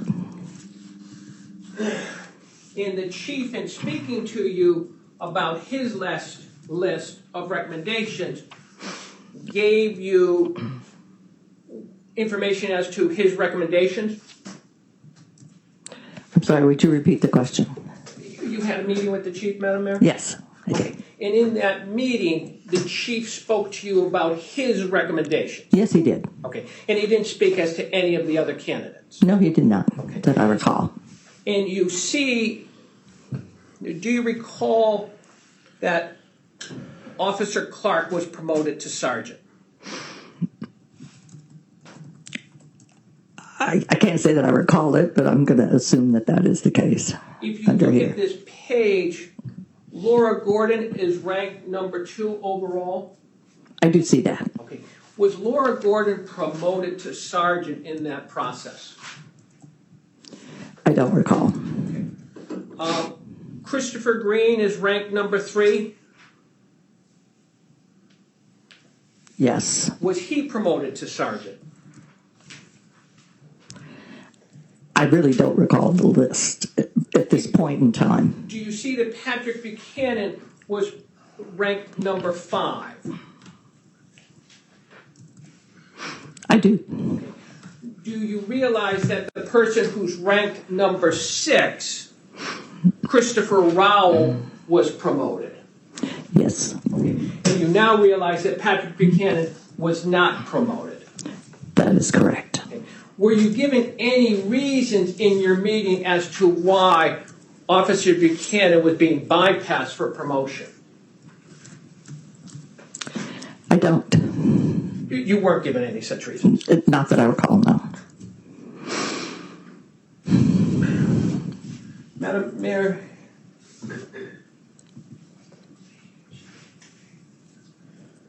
in your sole conversation with respect to the promotional process was with Chief Haig, Madam Mayor? Yes. Okay. And you didn't have any conversations with anyone from the Public Safety Committee? No. And other than the list that Chief Haig gave you, is it accurate to say that you did no further due diligence as to who was or wasn't on that list? That is correct. And you had no knowledge as to the other individuals that are on the sheet in front of you? That is also correct.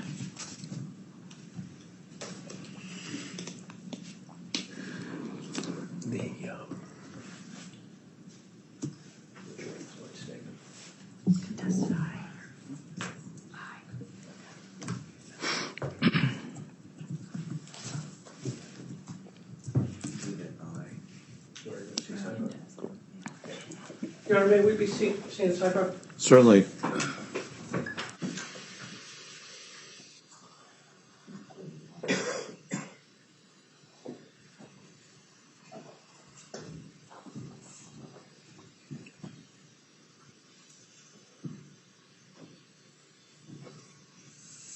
Yes, Your Honor. There's a dispute as to this, and this is a proclamation put out by the mayor with respect to George Floyd and the importance of, anti-racist behavior. Make sure we don't do it. I just want to put it in through her. All right, bear with me a moment, please, while I review it.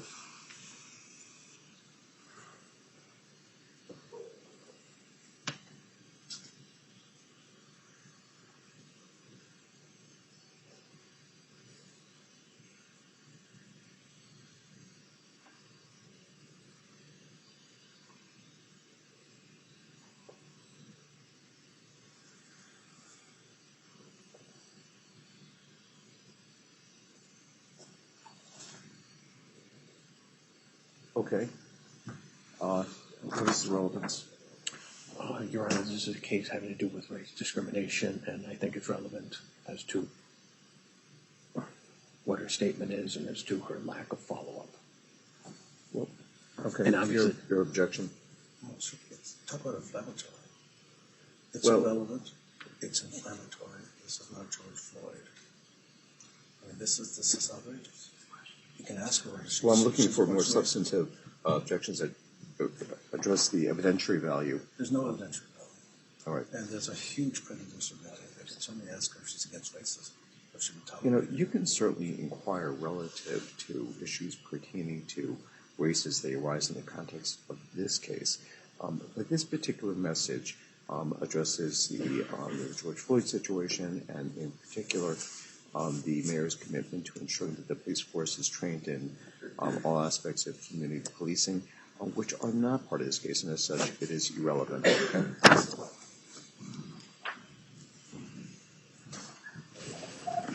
Let's proceed. Thank you.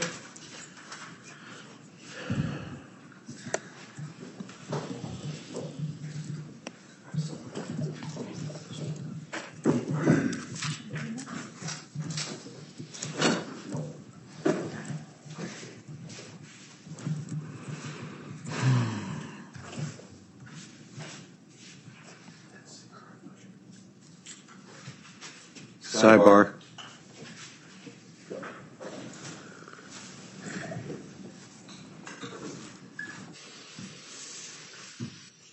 Okay, what are you trying to get in now? Your Honor, this is the full current budget of the city. Why do we need to, you're going to seek to introduce it? Yeah. Why? For the purposes of punitive damages. We're going to be asking for a question. Also. Okay. And what in particular are you going to inquire? Your Honor, I'm going to focus on it's on pages 57 to 59, Your Honor, I believe, or 61. It's just the departments and the total operating budget of the city. Okay, so let's take a look at this page. It starts at 53, I believe, Your Honor. Okay, and where are the bottom lines, please? So the bottom line would be at the top of page 61, Your Honor.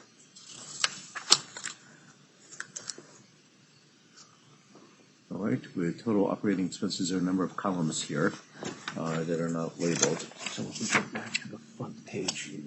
Okay, what is the first column? So it's fiscal year 2021 adopted, fiscal year 2021 amended, fiscal year 2022 so requested. those are total operating expenses. Correct, Your Honor. Okay, and where's revenue? It's in here, but I'm looking at the. Okay. Yeah. All right. Is there going to be an objection? Yes. Okay. What's the basis of the objection? I think this case warrants punitive damages, and I think this assists the jury in deciding if they do decide to do punitive damages, how to do it. I'm sorry? I don't think this document assists the jury if you allow them to consider punitive damages, if they allow them, how to calculate it based on this. Your response? Your Honor, if we don't have this, we have nothing for them to calculate. So we have to give them some basis. Okay. Certainly, one of the components of damages in this case is punitive damages, and the information is relevant to that issue. So you may seek to introduce it. Okay, you're going to need to lay a foundation, though. And let me just say one thing, because most of the exhibits here have been by way of agreement. We've gotten really loosey-goosey about how they're being introduced. Okay. And so what I would suggest is we'll mark this for identification purposes, lay a foundation before you get into it, okay, then move to introduce it, and we'll proceed accordingly, okay? Your Honor, may this be marked for identification purposes? C for ID. Yeah, hang on one second. My arm reached out there, but it's a tag. And what year budget is this? It's 2022. 2022. Oh, I see it right here. Thank you. C for ID.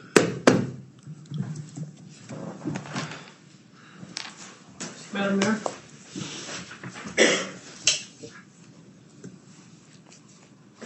Are you familiar with the document, Madam Mayor?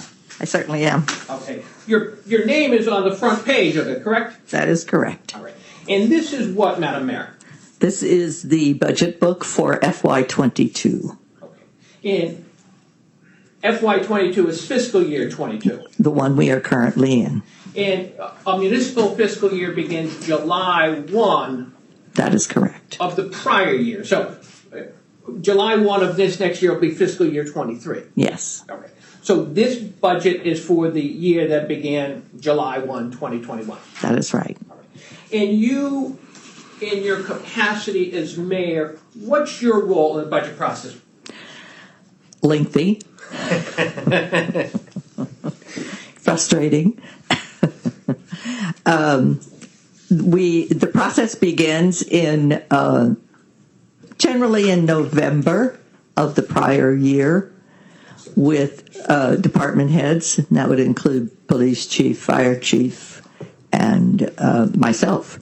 And we put together a budget for the coming fiscal year based on what we know at the time in terms of revenue and other factors. The finance department, primarily the director of finance, is heavily involved in that process from the beginning to the end. And by the end, I mean in May when the city council votes on it. And she will, at that time when we are presenting our budgets, give us budget guidelines. The guidelines are generally very brief. They relate to contractual obligations. Most of our department heads, but not all of them, are NR, non-represented by a union. So there is a raise percentage for each department head. I don't mean to say they each are different. They're the same amount. So it could be 1%, 1.5, 2, 3, sometimes 0, although I'm happy to say I haven't presided over a 0 for my department heads. Then expenses. Typically in the last few years, because of the economic situation resulting from the pandemic, we have asked our departments to level fund departments as much as possible. Some of the departments have contracts that they have to honor that have escalations in them, so we have to honor those. That's presented to the mayor sometime in late February or thereabouts. I have to review it. I have to consider the overall financial effect of that budget and generally make cuts to the budget. And from there, we present a final budget to the city council. In the city council, under the charter of Greenfield, do they have the authority to add more money? They do not. Okay. So the city council's role is just to cut the mayor's budget? That is correct. But they do have to pass it, correct? But they do have to pass it. So when the budget is sent out, the mayor's recommended budget is the top line number. Is that a fair statement? Yes, I believe that's right. And all that can happen is the city council would reduce, whether we take $1,000 out of a travel account here or some account there, correct? Well, typically they lower the bottom line versus line item. So generally they'll look at a single number. They may have deliberations about why they think that a number should be cut, but they generally cut the bottom line. And if we turn in this document to page 53, the numbers are at the bottom, and I know.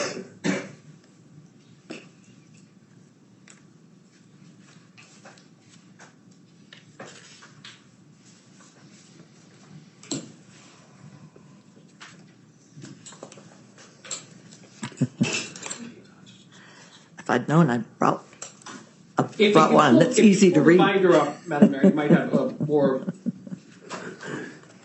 Okay.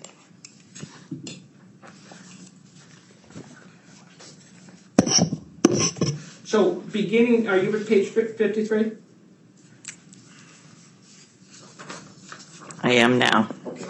And this begins, well, the top column at the top of the page shows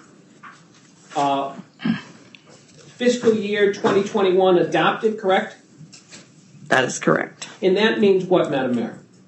That was the budget that was voted by the City Council. And then what does fiscal year 2021 amended mean? We sometimes at the end of year either adjust upwards or downwards, again, based on a number of factors that we did not know at the beginning. The line item or the heading that says fiscal year 2022 requested, what does that mean? That is the requested budget of each department. And then fiscal year 2022 mayor, is that the mayor's budget? That is the result of what I did after I received it from the department heads. Yes. And so if we go through the next several pages, 53, 54, over to 56, at 56 we pick up the police department. At the bottom of 56. Yeah, I'm going to get there.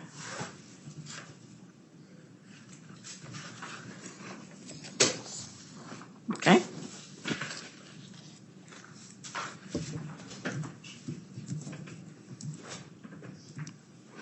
I'm there.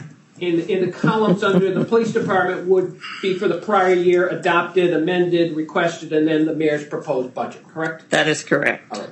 And you have wages and salaries. Yep. And then there's expenditure items.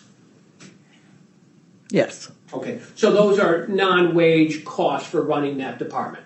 That is correct. And you have, under the police department, a final bottom line for the years in question. Yes. And then, if I could direct your attention to the top of page 61.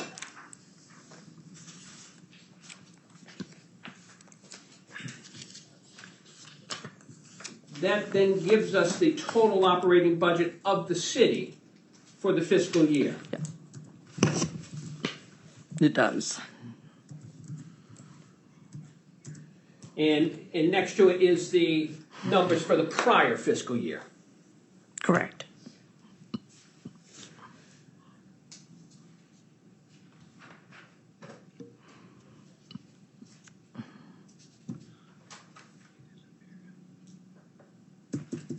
Madam Mayor, thank you very much. Your Honor, I would ask that that be marked as an exhibit. And Noting your objection, any further objection? No, sir. Okay, very well. The objection's overruled. C for ID will be entered into evidence as exhibit number 14. Any further questions? no, Your Honor, I was just going to Okay. help the mayor. Right, very well. Attorney McDonough, do you have any examination for Mayor Wiedegartner? No questions for the mayor. Thank you. Okay. Thank you. Attorney Keston. Thank you. I'm sorry, no.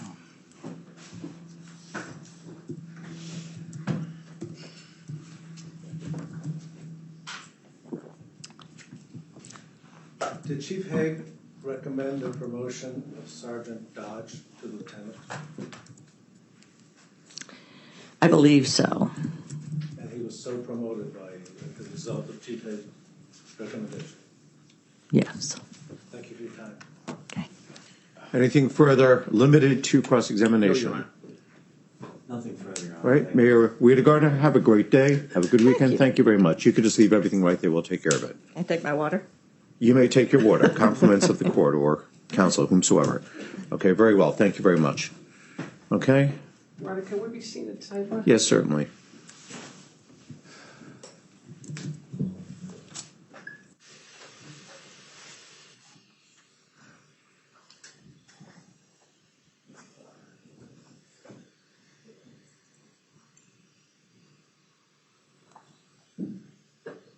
Yes. Your Honor, my next witness is Mr. Michella. He was supposed to be here at 11. Obviously, he's not here yet. Return to Lieutenant Dodge. Your Honor, I agree with a serious problem. I request a few minutes time to talk to opposing counsel and then time with you in the chamber somewhere on the record with nobody else present. I can't hear, I'm sorry. I have difficulty. Okay, what is the problem? A conversation between Lieutenant Dodge and my client. And who? My client, Chief Haig. Oh, okay. Why don't we do this? I'll give you an opportunity to confer with counsel. We can take our mid-morning break. We're going to do this, obviously, on the record. How much time do you need to confer with counsel? I need 5 minutes with my client and Okay. 5 minutes. So with my I'll set them I'm out just now. gonna I'll tell see them you what I'm gonna tell you. back here at 11 o'clock, and we'll move forward, okay? Thank you. Right, very well. Okay, ladies and gentlemen, we're going to take our mid-morning. Thank you. Great, thank you. Ladies and gentlemen, we'll take our mid-morning break just a little bit early with the ongoing instruction not to discuss the case with anyone, including amongst yourselves, nor to do any investigation or research or look at any media reports. I'll see you just about 1:15. 1780033. All right, one moment, please. May be seated. All right.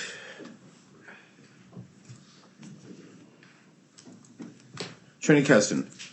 I suggest that the courtroom be emptied, except for the lawyers empty. Well, I need to make findings before I do that. We have strict rules relative to public access to courtrooms. So, happy to hear from counsel at sidebar as to why I should close this courtroom. I'll also state that everything that is said and done in this courtroom is being recorded and is available. So,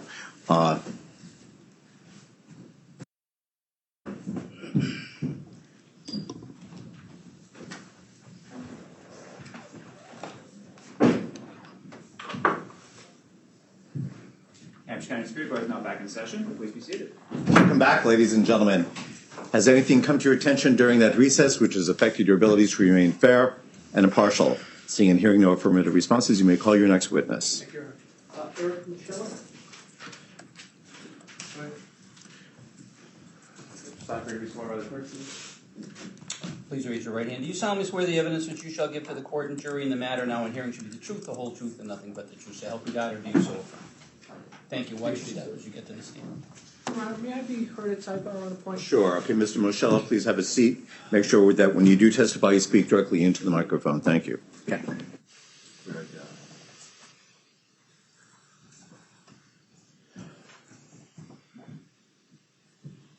Just a moment.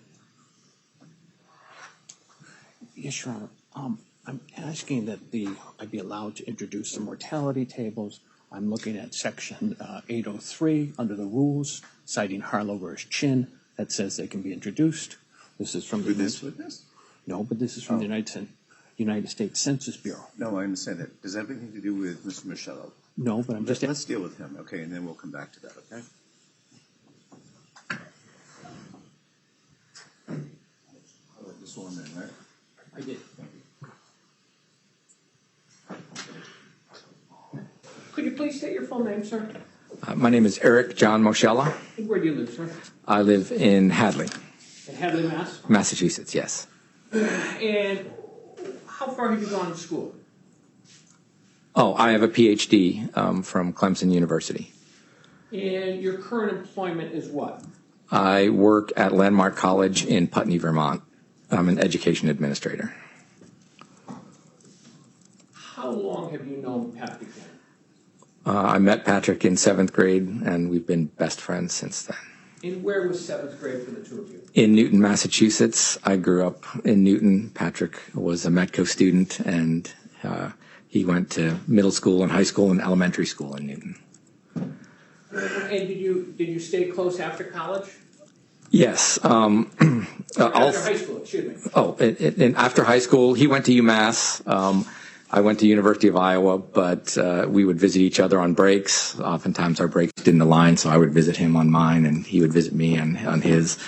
We would hang out together whenever we were home. So, yes, we've stayed close in college and then beyond college as well. And Patrick is married? Yep, to Joanne, yep. And did you attend the wedding? I did. I was the best man at his wedding. My family was invited. My brother, my mom, my dad. And where was the wedding, sir? It was at University of Massachusetts in the tall building there at the top. I forget what it's called. And Patrick has children? Yes, he has three daughters. Who one of them's still at UMass right now, and so we see her occasionally. And you've been back in the area, you've been living in Hadley, Mass. How long, sir? 5 or 6 years now, so somewhere in there. We moved back for a job at UMass. And has Patrick asked you to serve in any capacity with respect to any of his children? I'm the godfather of his middle child, Maya. We came up here for the baptism. It was a while back. She's And Maya is how old approximately? 24. The years go by pretty quickly. Have you ever served as a member of a police department? No, I have not. Has any family member of yours ever served as a member of a police department? My dad was on the Massachusetts State Police. He was a lieutenant when he retired. He was there for 20-something years, 24, 25 years, I think. Did Patrick and your father know one another? Yeah, they absolutely did. Pat was always over our house. They would always interact. Patrick and my dad, early on, Pat took an interest in police work, I think, and my dad's career, and so my dad would talk to him. Through college, they talked about it, and then later on, when Pat was interested, they continued to talk about police work and the job.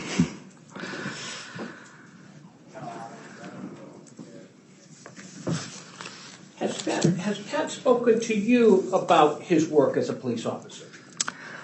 He has on different occasions. What has it relayed to you, sir? Objection. Sustained.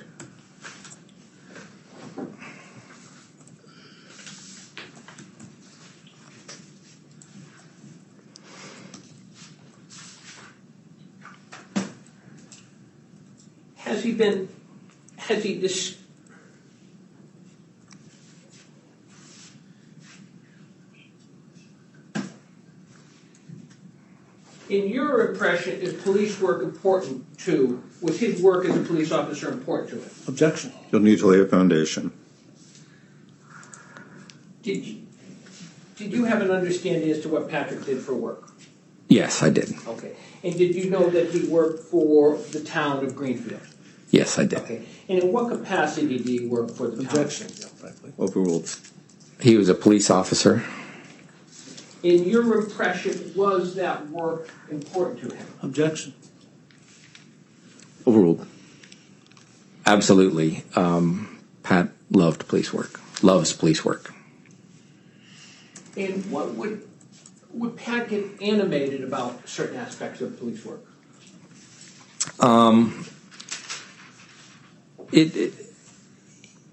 Yes, he would. There were parts of his job that. Objection.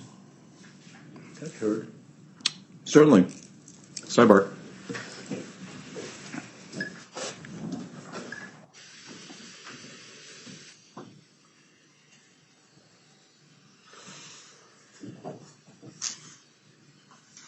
Yes, what is the objection? It's all on hearsay. Okay. It's his impression of what Pat was doing. Yeah, haven't heard any hearsay. Out of hearsay. It's the only way he's any impression. None of these answers have been hearsay yet, so the objection is overruled. Objection's overruled.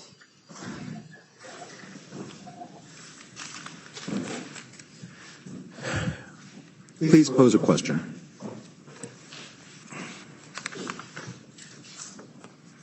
You were discussing your impression of what animated him with respect to police work. He was very excited about training new officers. He was very excited about procedure, about case law. He loved to talk about those. He loves to talk about those things. I've always encouraged him to go into criminal justice education after he graduates. He would get upset about the work environment that he had and his lack of ability to, Overruled. and his lack of ability to move up.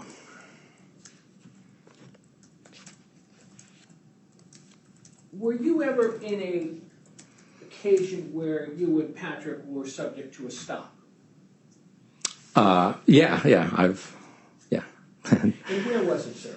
I was stopped on Route 2 driving toward Boston. And Patrick was in the vehicle? Yeah. Okay. And what happened in that stop? I object. Sidebar.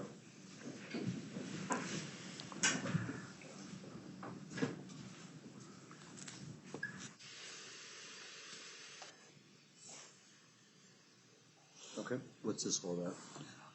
Your Honor, just that how he analyzed and detailed the stop and what was right with the stop.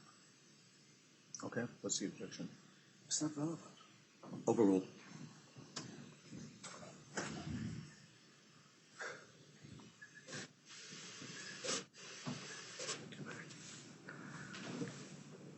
Please pose a question. After the stop, was there you weren't arrested? No, we weren't really doing anything wrong, I don't think. And did Patrick reflect on the stop? Absolutely. They were training a new state police officer, and so the trainee had stopped us, and we talked about just what he did. It was just sort of a critique kind of thing. It was, I don't remember all the details, but just talking, it's just started a conversation. And he was explaining the stop? Yeah, well, what happens, why he did certain things, like why they touched the car and those kind of things. Have you observed any changes? Let me ask you. In high school and years ago when we were all much younger, what was Patrick's general affect? Oh, he was the happy guy. He was the guy that was always smiling. There's a picture in the yearbook of him, like with his face, like all he was just a very happy person. He was the guy that would calm me down when I would get upset about things. He was, yeah. Did you ever associate with Patrick episodes or signs of depression? In high school? Yeah, or as a young adult? No, Pat, no. He was a very ambitious, focused, happy guy. Have you noticed changes over the last several years? Yeah, since it started, I don't remember the exact date, but it was before I moved up here, so maybe 6-7 years ago. He called me in the airport, and he was upset. He was explaining that he was promoted and then demoted. Sustained, please pose a question. I'm looking for your sense as to, if at all, how he has changed. He's much more quiet. He's much more reserved around people, nervous, sad, anxious. He gets sad, about things that I don't think would have made him upset in the past. Things people say or do or how they interact with him. Did you ever have an occasion where you witnessed Pat undergo a crisis moment? I'd say the first time he called me in that airport telling me about it, he was really upset. Sustained. Pose a question.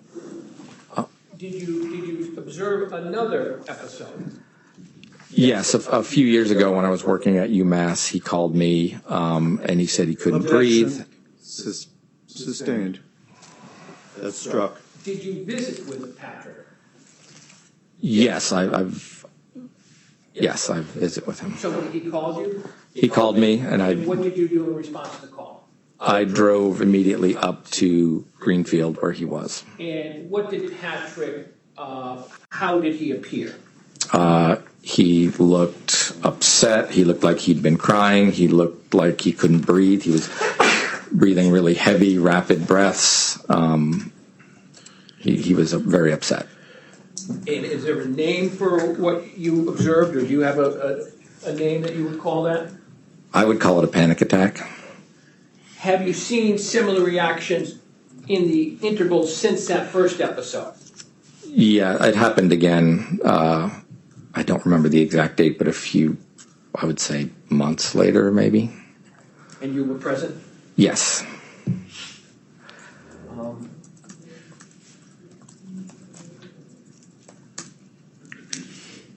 Did Patrick ever tell you he wants to retire at age 54? Objection. Sustained.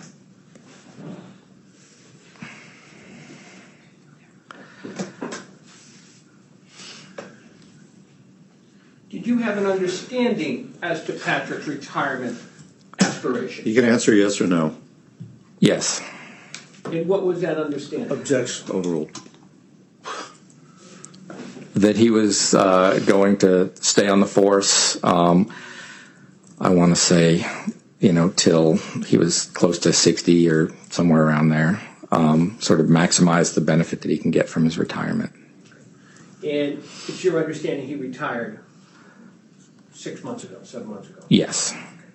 Which is short of that limit. Considerably. No further questions. Attorney McDonough. No questions, Your Honor. Attorney Keston.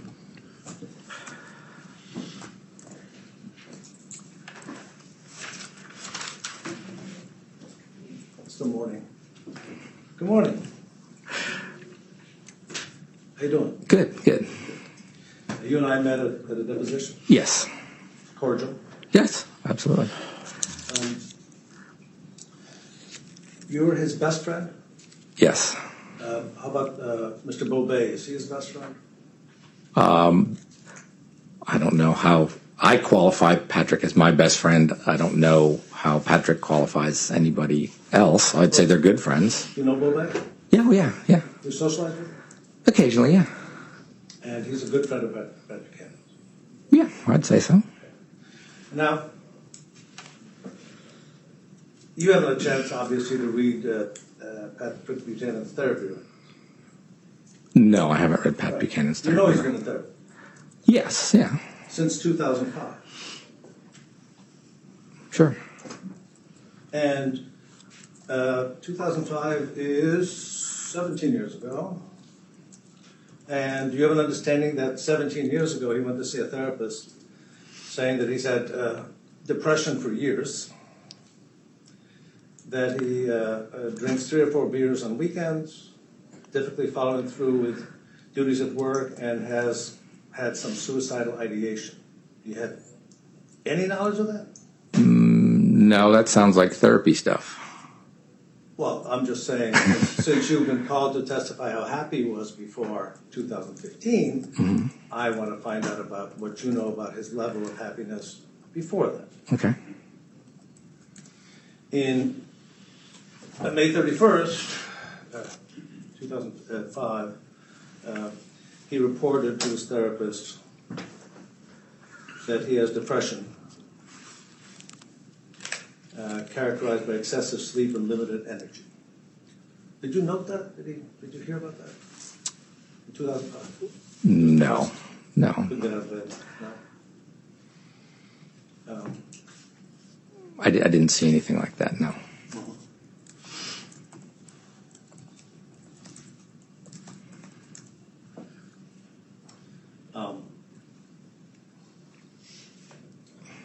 September 20th, 2005, during that month, or around that time in the fall of 2005, were you in contact with Patrick? 2005? I don't recall. Where were you in September 2005? Let's see, I was in Clemson, South Carolina. And that was one of your jobs, or was that? Yes, it was both. I worked and went to graduate school at the same time. But you stayed in touch with Pat throughout. Oh, absolutely, yeah. So did you learn that he was depressed, isolated, using sleep and isolation to avoid his family members? No, I would not have. I wouldn't have thought that from any of the conversations that we had at that time period. Because he put on a good face too. I don't know. In November 2005, shortly before Thanksgiving, did you ascertain that Mr. Buchanan had work-related conflicts with his supervisor? I don't recall. I remember he was a police officer by then. Oh, yeah. Yeah. And was his supervisor Mr. Bobet? I don't know. I hadn't met Mr. Bobet at that time. Do you perceive Mr. Bobet as a minority? I know he's an immigrant, so one might consider him. As an immigrant? Yeah. Okay, if you learned that I was an immigrant, would you consider me a minority? That's struck. And are you an immigrant? No, my grandparents were. Your grandparents. You consider your grandparents a minority? It's hard. I don't know.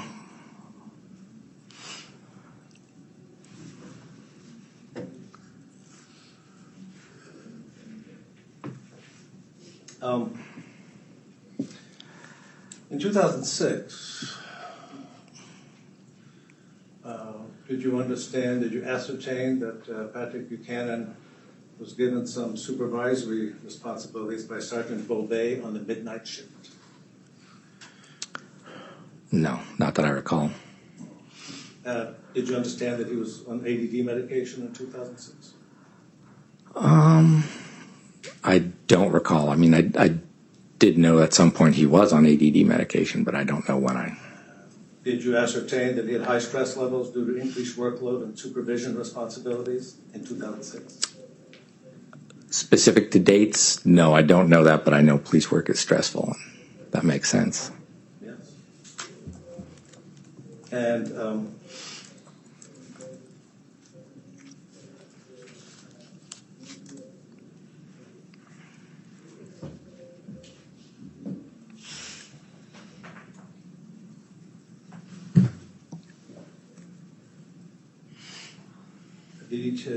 did you ascertain that Patrick Buchanan in the 2000s, 2009, was having issues with excessive drinking? Not that I'm aware, no. No. That he was using alcohol to go to sleep? No. That he was overeating? Pat loves food, so I don't know what you'd consider overeating, but he loves to cook. I have notes from his therapist. That's all I can tell you. Indicate what he said. We tell you that in 2000, did you ascertain that in 2009 Patrick Buchanan had struggles with administrators, that he was stressed and angry?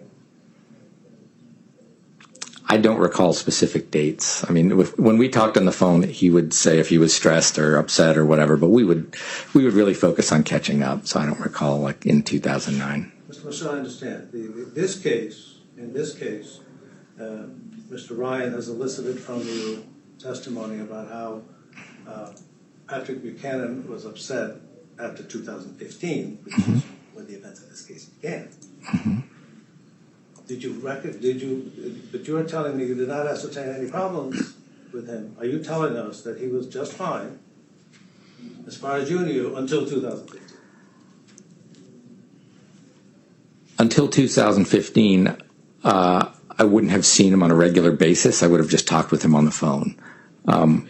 After 15, I lived here, so I saw him very regularly. So you can't say whether the condition you saw him in 2015 existed in 2009. Can you? I think if he was having a panic attack, even in 2009, I would have known. Are you sure?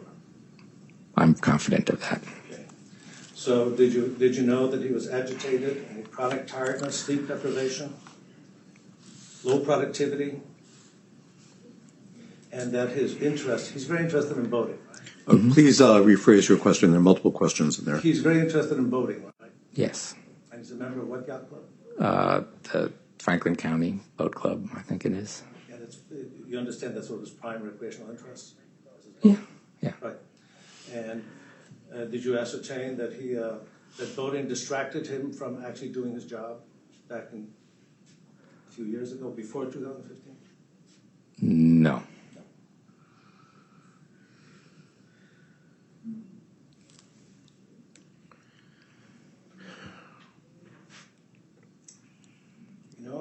In November of 2009, did you get any impression that he had increased depression, low interest? I don't recall. Did you ascertain that he has not been talking to his wife about his depression? I don't know about the conversations he had with his wife. I'm going to ask both of you to please speak up. It's okay. Yeah, I don't know what conversations he had with his wife about any of that.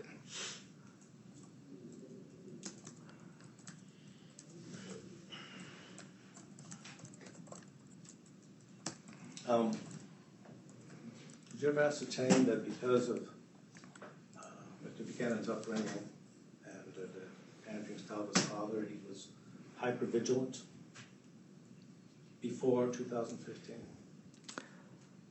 How do you mean? What do you mean by hypervigilant? He avoided certain behaviors, hypervigilance, both at home and his family and at work. They discussed avoidant behaviors. Did you ever ascertain that?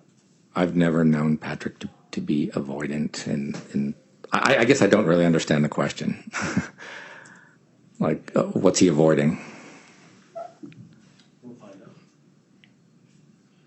I didn't hear what you just said. He asked me what he's avoiding, and I said we'd find out. Oh, that is struck from the record. Once again, these casual side comments are inappropriate. Okay? This is not the first time I've had to admonish you. Stop it. Well, the witness asked me a question. It is struck from the record. Yeah, are you aware that in 2013, Patrick Buchanan indicated that he was raised with corporal punishment? Yes.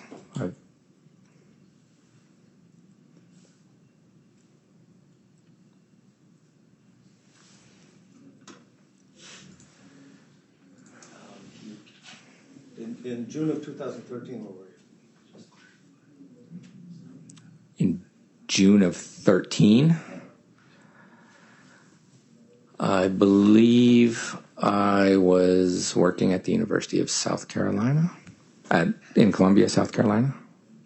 And did you ascertain that Mr. Buchanan was really stressed because of a conflict he was having with the town council, city town council at that point member, Rick Dallas? I don't recall that specifically. I mean,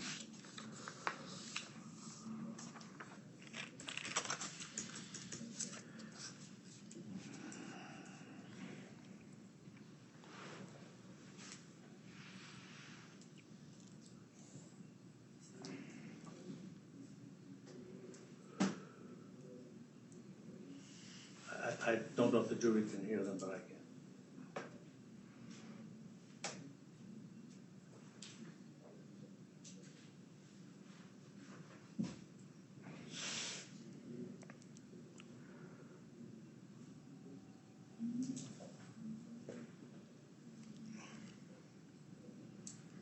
You're aware that before any of these incidents, Mr. Buchanan told his therapist that he just wants to avoid contact with other police officers and work 10 more years and get his pension before any of this happened? I don't have any knowledge of what Patrick said to his therapist. Did you have any knowledge that that's how he felt? He was going to do as little as possible until he got his pension in 10 years from 2020 and from 2010? No, I've never heard that. And did you ascertain that Patrick Buchanan ever tell you that he decided to stop doing any actual work and doing the least possible as of 2018 or 19? That doesn't sound like Patrick. That would surprise you. Yeah. As far as you knew, he was a hard-working police officer until he retired, right? I know that he didn't like the work environment that he was in, and that was stressful for him. And that was true since 2005 at least, right?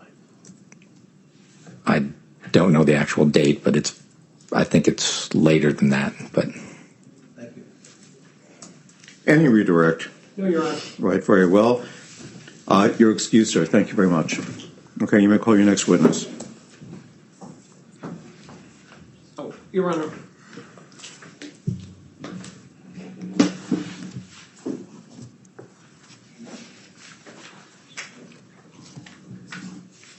approach secretary, Your Honor? Yeah.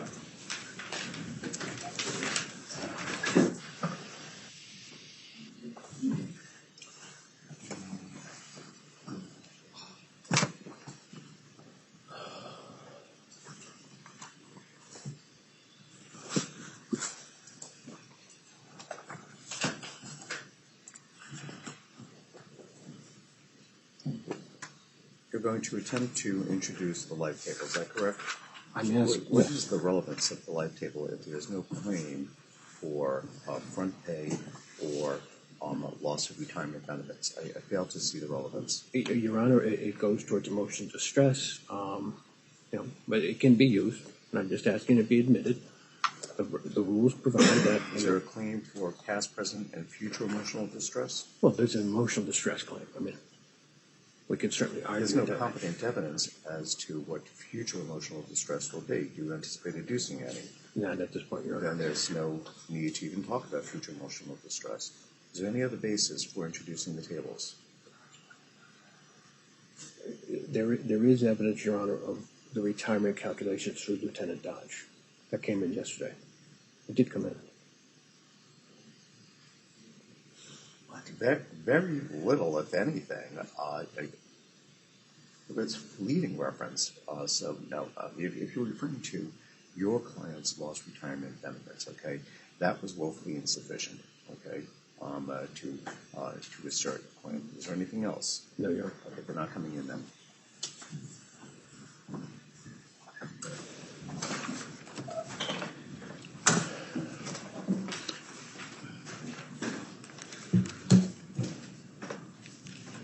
Okay. Are we returning to the direct examination of Lieutenant Dodge? Yes, Your Honor. Okay. Lieutenant Dodge, please take the stand. You remain under oath.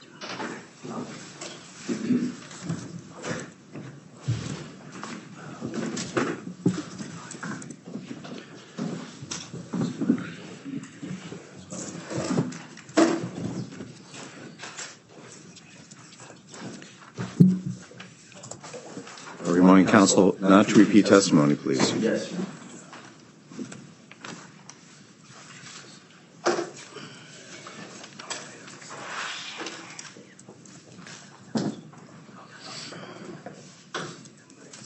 Mr. Dodge,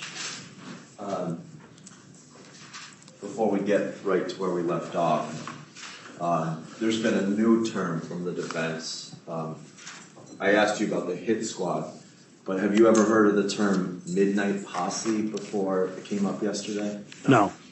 Has anyone ever used that to describe, in your experience, Mr. Buchanan or his coworkers? No. And when was the first time you heard that term, midnight posse? In this trial. From Mayor Martin? Correct. Yesterday we left off, you had just received the letter from the district attorney's office. Do you recall that, sir? Yes.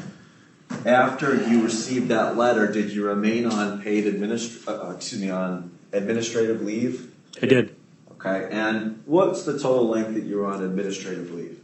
I was out of work for approximately 2 months. I think they did a 30-day administrative leave, and then they did an extension, a second 30-day leave. And ultimately, were you apprised of any discipline? When the letter came in relative to the answer the DA gave that they weren't going to press any charges, I was called in, we talked about that. And I learned they weren't going to press any charges. And internal discipline, though, at the end of the admin leave, what about internal discipline? Yeah. What was the internal discipline? The internal discipline was a 5-day suspension unpaid. And were you aware of what the maximum amount of suspension they could give you was? I'm aware of the situation. So a chief not being the appointing authority or anyone not being the appointing authority can only suspend up to 5 days. If you want to go longer than that, it's on the appointing authority to go beyond 5 days. What was, so did you get the maximum then? From the chief, yes. And what was the economic effect to you being put on leave all that time? Significant. How so, sir? I did a lot of overtime and outside details. It's two different types of overtime. So overtime I would categorize as working additional actual police shifts in uniform, in patrol. And then outside details are those, those men and women you see out there with the yellow shirts directing traffic around construction sites. When put on admin leave, you can't do those things. So for 2 months, I was unable to make that extra money that I had been doing basically since I had started 17 years prior. How much money was that, sir? I was making probably conservatively $600 plus a week in overtime. Being that was 2 months, I think at the end I figured I was out the potential of over $6,600.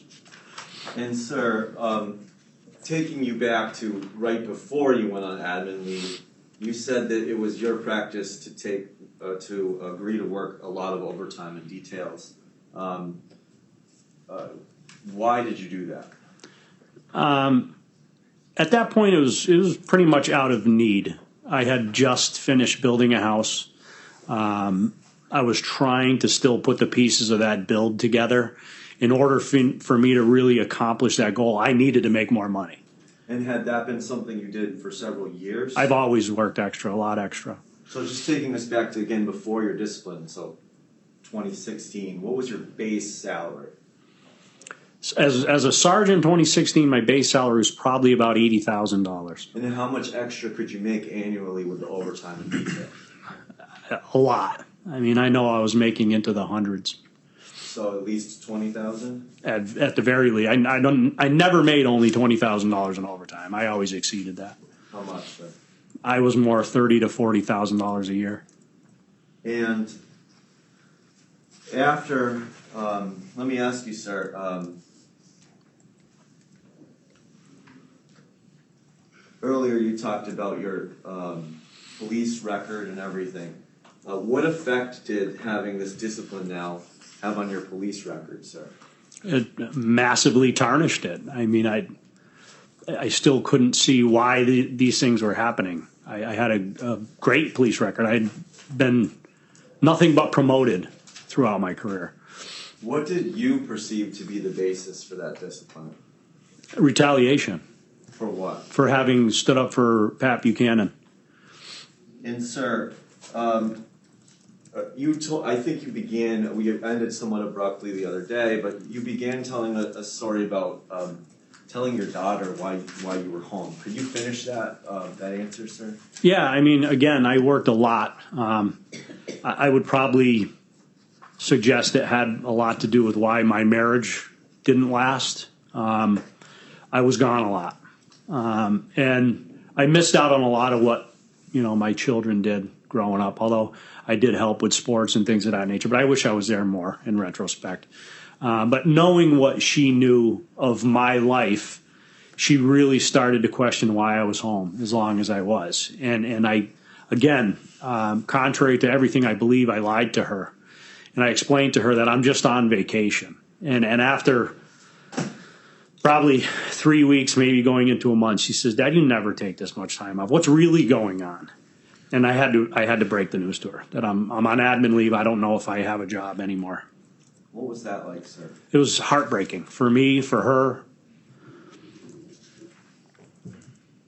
Emotionally, what did the discipline do to you? Destroyed me.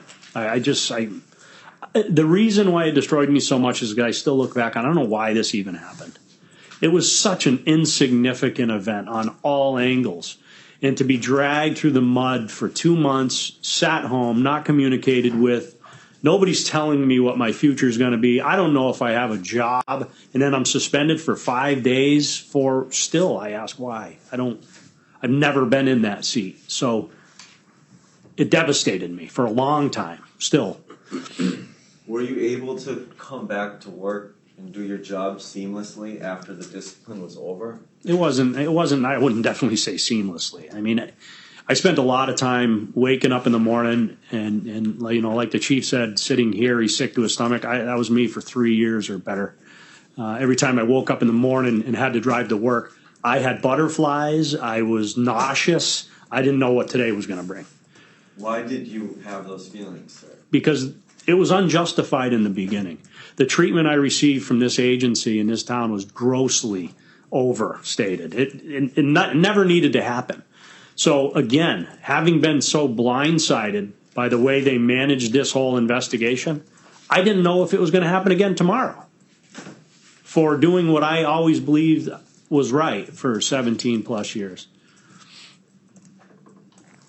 After you returned to the force, did you continue to work the excessive amounts extra and overtime and details? I couldn't do it. Why not, sir? I couldn't be there.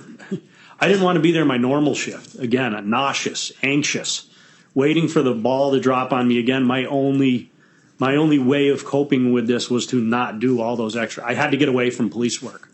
I couldn't live as a police officer as I once did, 70, 80 hours a week. I could not do that. What was the financial impact of that, sir? Significant. Again, it was, no longer was I getting the 600 plus a week in overtime. And how long did that continue? Today, I still don't do it. So each year from 2017 through 2022? Yes. Sir, you talked about your perception of the discipline as retaliatory.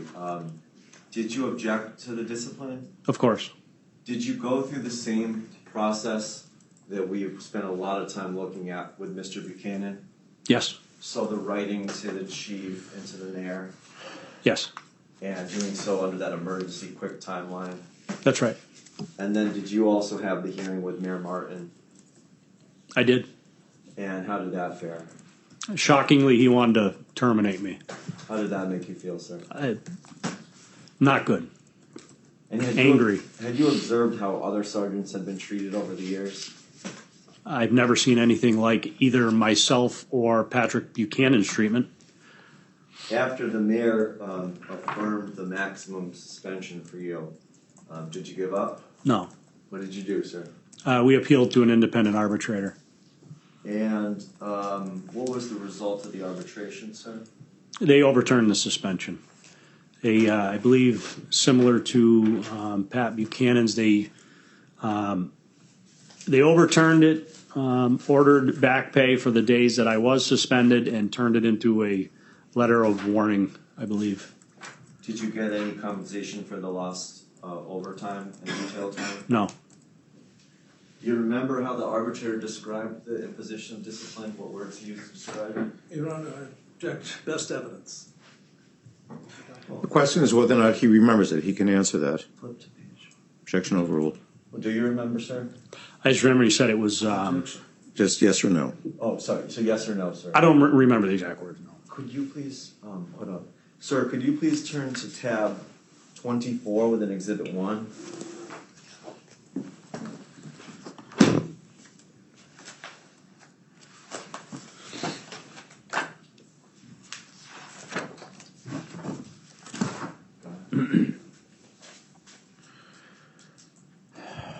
I'm sorry, there's a little delay just getting up on board.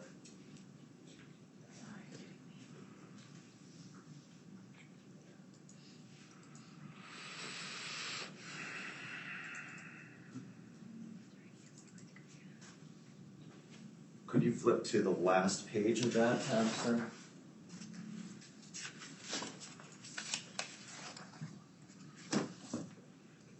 And do you recognize this 15-page document at tab 24 of Exhibit 1? I do.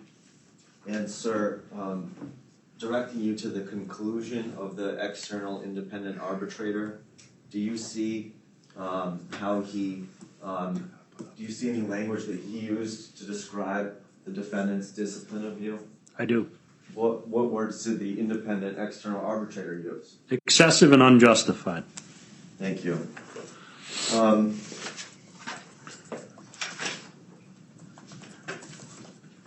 Mr. Dodge, you talked about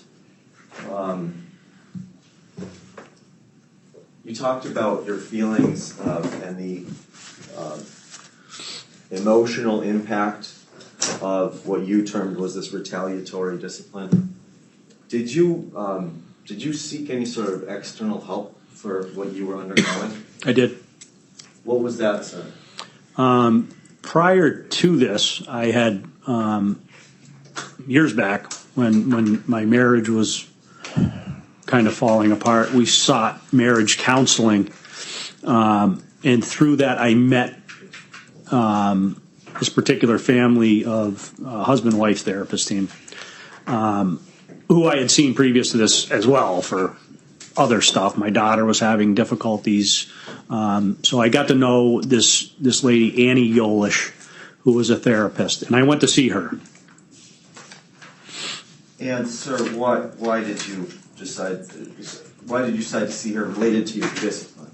Related to because I couldn't explain it to myself. I had to talk it out. I had to discuss it with an outside person, try to figure out why I am where I am, and so I would discuss that with her. And sir, did you also seek help from your primary care physician? I did. And who was that, sir? My primary care physician was Dr. Adam Blackson. He's out of Turner's. If I have ever seen him, I'm not sure. I don't know what he looks like, but I would always see his physician's assistant, Janice Peterson. And was Miss Peterson then, in effect, really your primary care? I always kind of recognized her as my doctor. Yeah. And I don't know if you said it, but what was her title, sir? Physician's assistant. Okay. And did you also seek help from her for the emotional response you're feeling to your discipline? She might be a nurse practitioner. I'm not sure what her but yes, it was twofold. My anxiety, which I had previously, was just off the charts, and I had extreme heartburn, stomach problems. And were these things that were contemporaneous with the whole response to the disciplinary? The increases, yeah, absolutely. So I'm going to just show you two documents here. I'd like you to just take a moment and just thumb through them and just let me know when you've had a chance to just familiarize yourself with those two documents. And let the record reflect that given a copy to opposing counsel.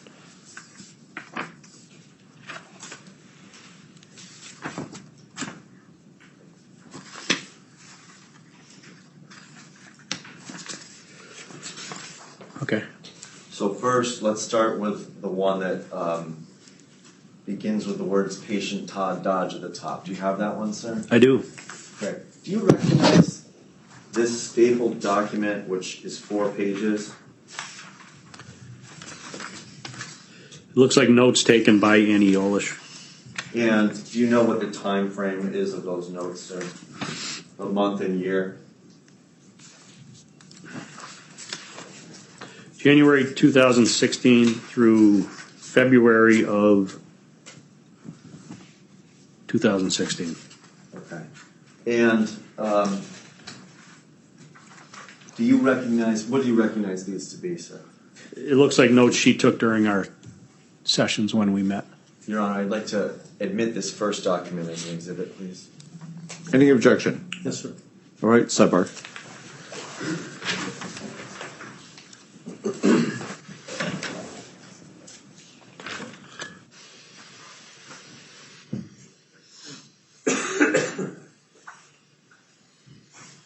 Okay.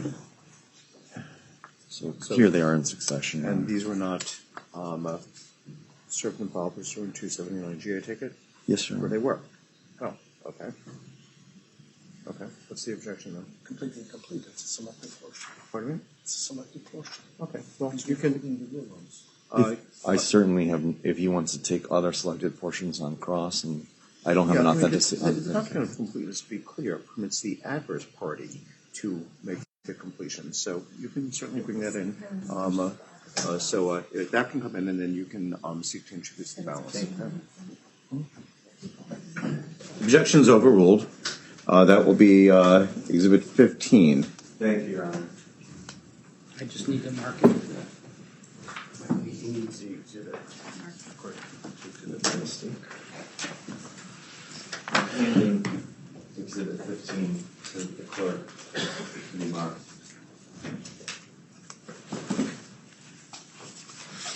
Mr. Dodge, if you could take a look at the second stapled document I gave you with the word basic health at the top.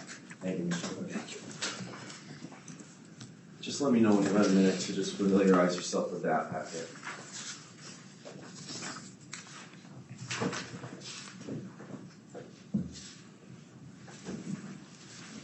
Okay. Mr. Dodge, what is that second packet that I handed you? Those are notes from Janice Peterson. And is that the same Ms. Peterson who you believe to be essentially your primary care physician? It is.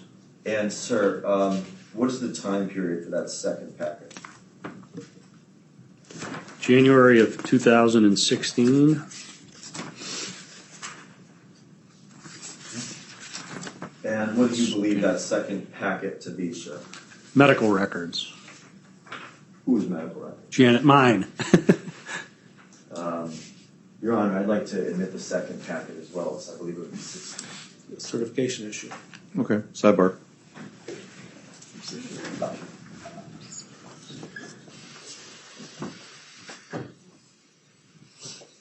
All right. Were these filed and served pursuant to 79J? Attorney McDonough. I believe that they were, yes, Your Honor. Okay. What's the problem? 67 pages were filed and served pursuant to 79J. Okay. I don't believe you can do this. Do you have the other? Of course we do. He proposed to introduce them suddenly. Wait, let me see the cover sheet. Ladies and gentlemen, if you help you to stand up and stretch, we'll go to 1 o'clock and then wrap up for the day. Okay. Okay, why don't we do this? Why don't you identify that this is however many pages it is of 67 Perfect. pages, okay? Yes, sir. And then if we introduce you can introduce the balance. Thank you, Your Honor.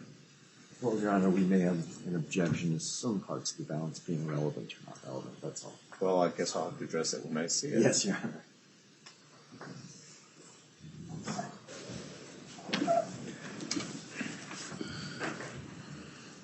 Mr. Dodge, just for the record, I'd like to ask you a couple of questions about that second packet. There's a cover sheet there, sir. Do you see that? There is. Do you understand that to be an affidavit from the healthcare provider? Yes. And you'd agree that it states that there are 67 pages total that were produced? It does. And so we've included as this exhibit, and we may go over other records, but right now we're looking at documents with page numbers 27, 28, dates page numbers 29 and 30. Would you agree that I've read those correctly, sir? I would. All right, that'll be introduced as exhibit number 16. Thank you, Your Honor.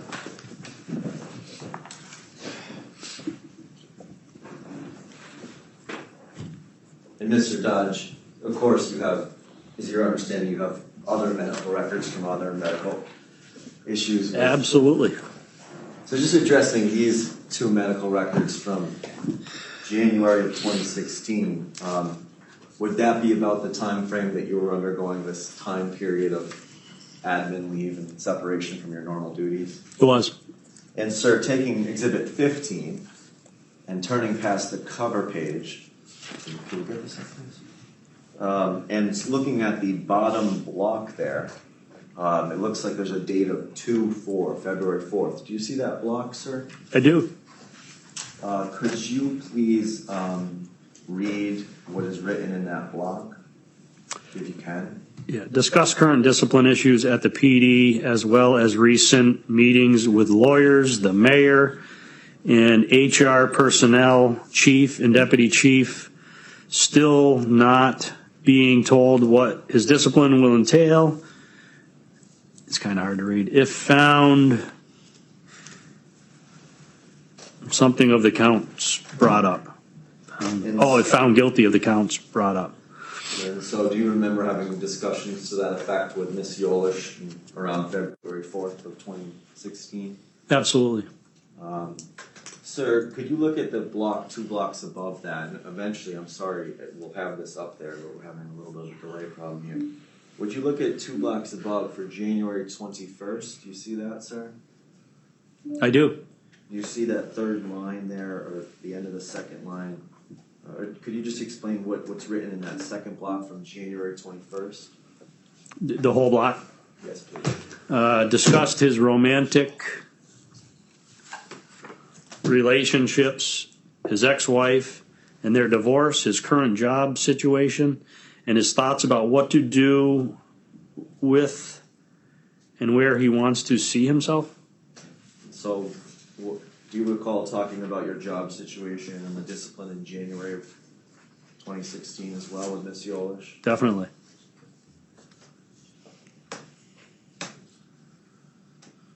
And if you turn the page, sir, to the next entries on 217,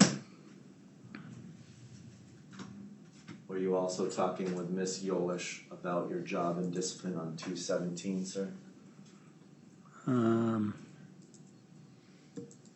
Yeah, I did.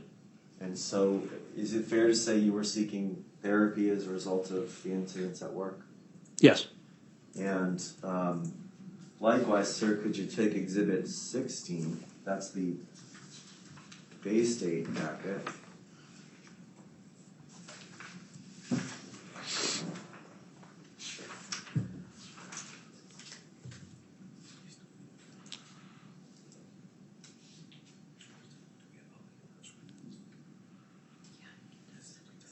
And we're going to put that up on the screen, please.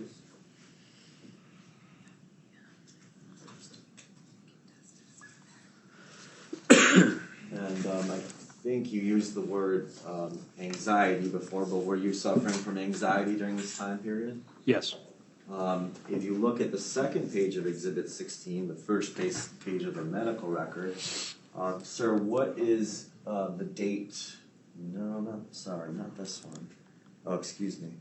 I guess we might have trouble putting this up there. Number, 27? Oh, you're way ahead of me, thank you. One moment, please, Mr. Dodge.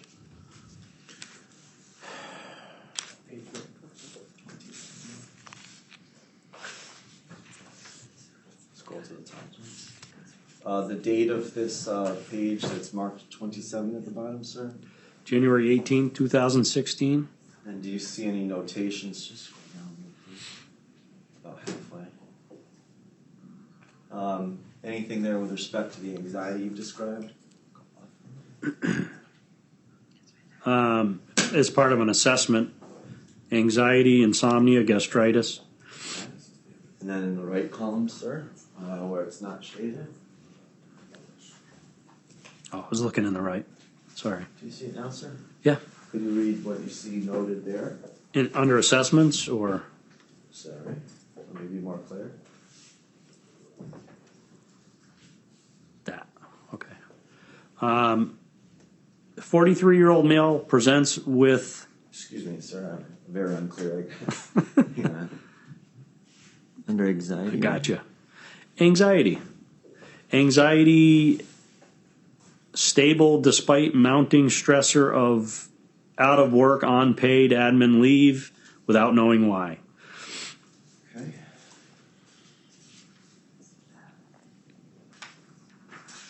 Sir, if you could flip 2 pages, please.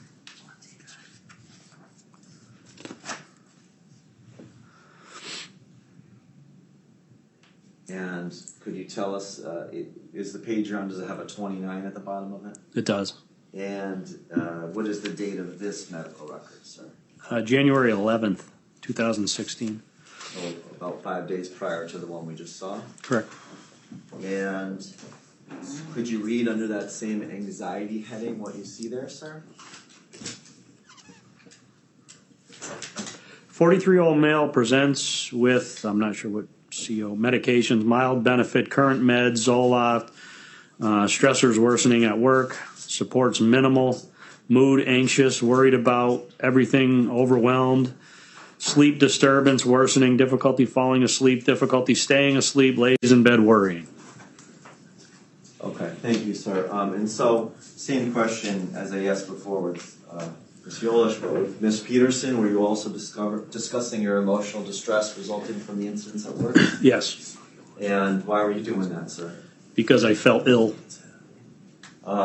In addition to seeking this sort of therapy help, were you ever prescribed any medications as a result of the conditions at work? I think in this particular case, I was already taking some medication for anxiety, but I think she doubled it, the actual dose, and also prescribed me something for the gastritis, for the stomach issues. And did you continue the therapy and the medication, sir? I did. Was it helpful? Yeah. Notwithstanding the therapy and the medications, were you ever able to return to your $30,000 to $40,000 a year of overtime work level at the department? No. Why not, sir? I just can't do it. Why do you say that, though, sir? It's too anxiety inducing. It's been a long time now, and now I've actually I've established just a different way to live. I started a landscaping company with my son. I've had to put a ton of money into that to get that underway. Haven't made any money off it yet, but it keeps us working together. We spend some time together. He's going to be 25 this year. He's not a baby, but he's still my baby. So we get to hang out and do some landscaping stuff. Is that something that you began doing to replace the lost income? Yes. And does it bring the anxiety of working at this department? No. I get to switch gears. Sir, the whole time you've been working your normal base schedule, right? What you have to answer verbally. Sorry, what was the question? The whole time, have you continued to work other than when you were put on leave, have you continued to work your base schedule, your normal 40-hour week? Yeah, I believe there was a period of time when I probably had taken more than I had previously taken for sick time. Comp time was being used. Time that I wouldn't usually have used prior was being used now. During the times when... Since the incident. And have you gotten to a point where you're working your full normal schedule, your base schedule? Yes. And are you still giving it your all during those regular hours? Never gave up. Why is that, sir? It's just not who I am. Do you still have a passion for the police force and its mission? Absolutely. How do you feel now every time a chief or a superior says, "Hey, I need to see you"? The butterflies just return. Every time it's the same. And earlier you said something about first returning feeling nausea. Has that continued, sir? It's about 7 years later. It's better now, and things are getting better. Sir,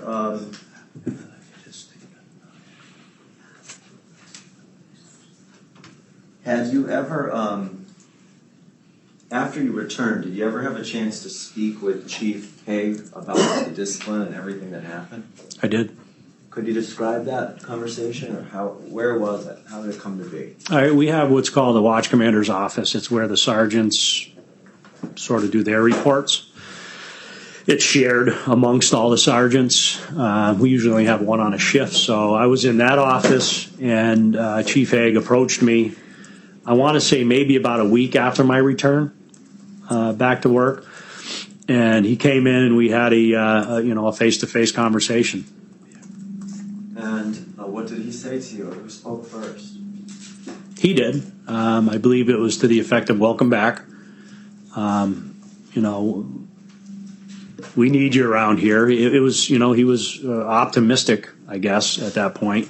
Didn't feel good. Didn't feel very genuine, considering what I had just gone through. It was hard. And at one point, prior to the door being closed, I can recall an officer walking down the hallway. And the officer just looked drained. And I turned to the chief and I said, "Is this what you wanted? Is this what you wanted in this whole thing? This kind of response from your police? You want them to be that scared walking around this place?" And he dipped his head and said, "How do I fix it?" Did you have any advice to offer him? That was a hard question to be asked at that moment for me. Did you witness any effects on the morale in the unit thereafter? Absolutely. What was that, sir? Everybody talked. The locker talk, the hallway talk was, who's next? When you say who's next, what do you mean? Just in general. Nobody could understand the significance of these disciplinary acts nobody felt very secure in their position. The mayor wanted to fire everybody. By everybody, who do you mean? Oh, I mean, me and Pat. Sir, there's been some discussion about how now you're a lieutenant. How did that, or when did you become a lieutenant? So I was a provisional lieutenant from September of 2011 until March of 2014. That's Chief Hague was put in place prior to that, but there was a little period of time where there needed to be some transitional stuff. So I maintained as a lieutenant into March of 14, at which point, by no negative intent of them, I had to go back to sergeant. There was no position. There was no lieutenant's position open at the time. So I was returned back to my sergeant's position that I would continue until January of 2021 when I was promoted full-time to lieutenant. And then Mayor Wiedengardner stated that she promoted you to lieutenant a second time. She promoted me in 2021. Okay. And so how did that come to be? So there was a single opening in the lieutenant shop. So Lieutenant Joe Burge, who had been there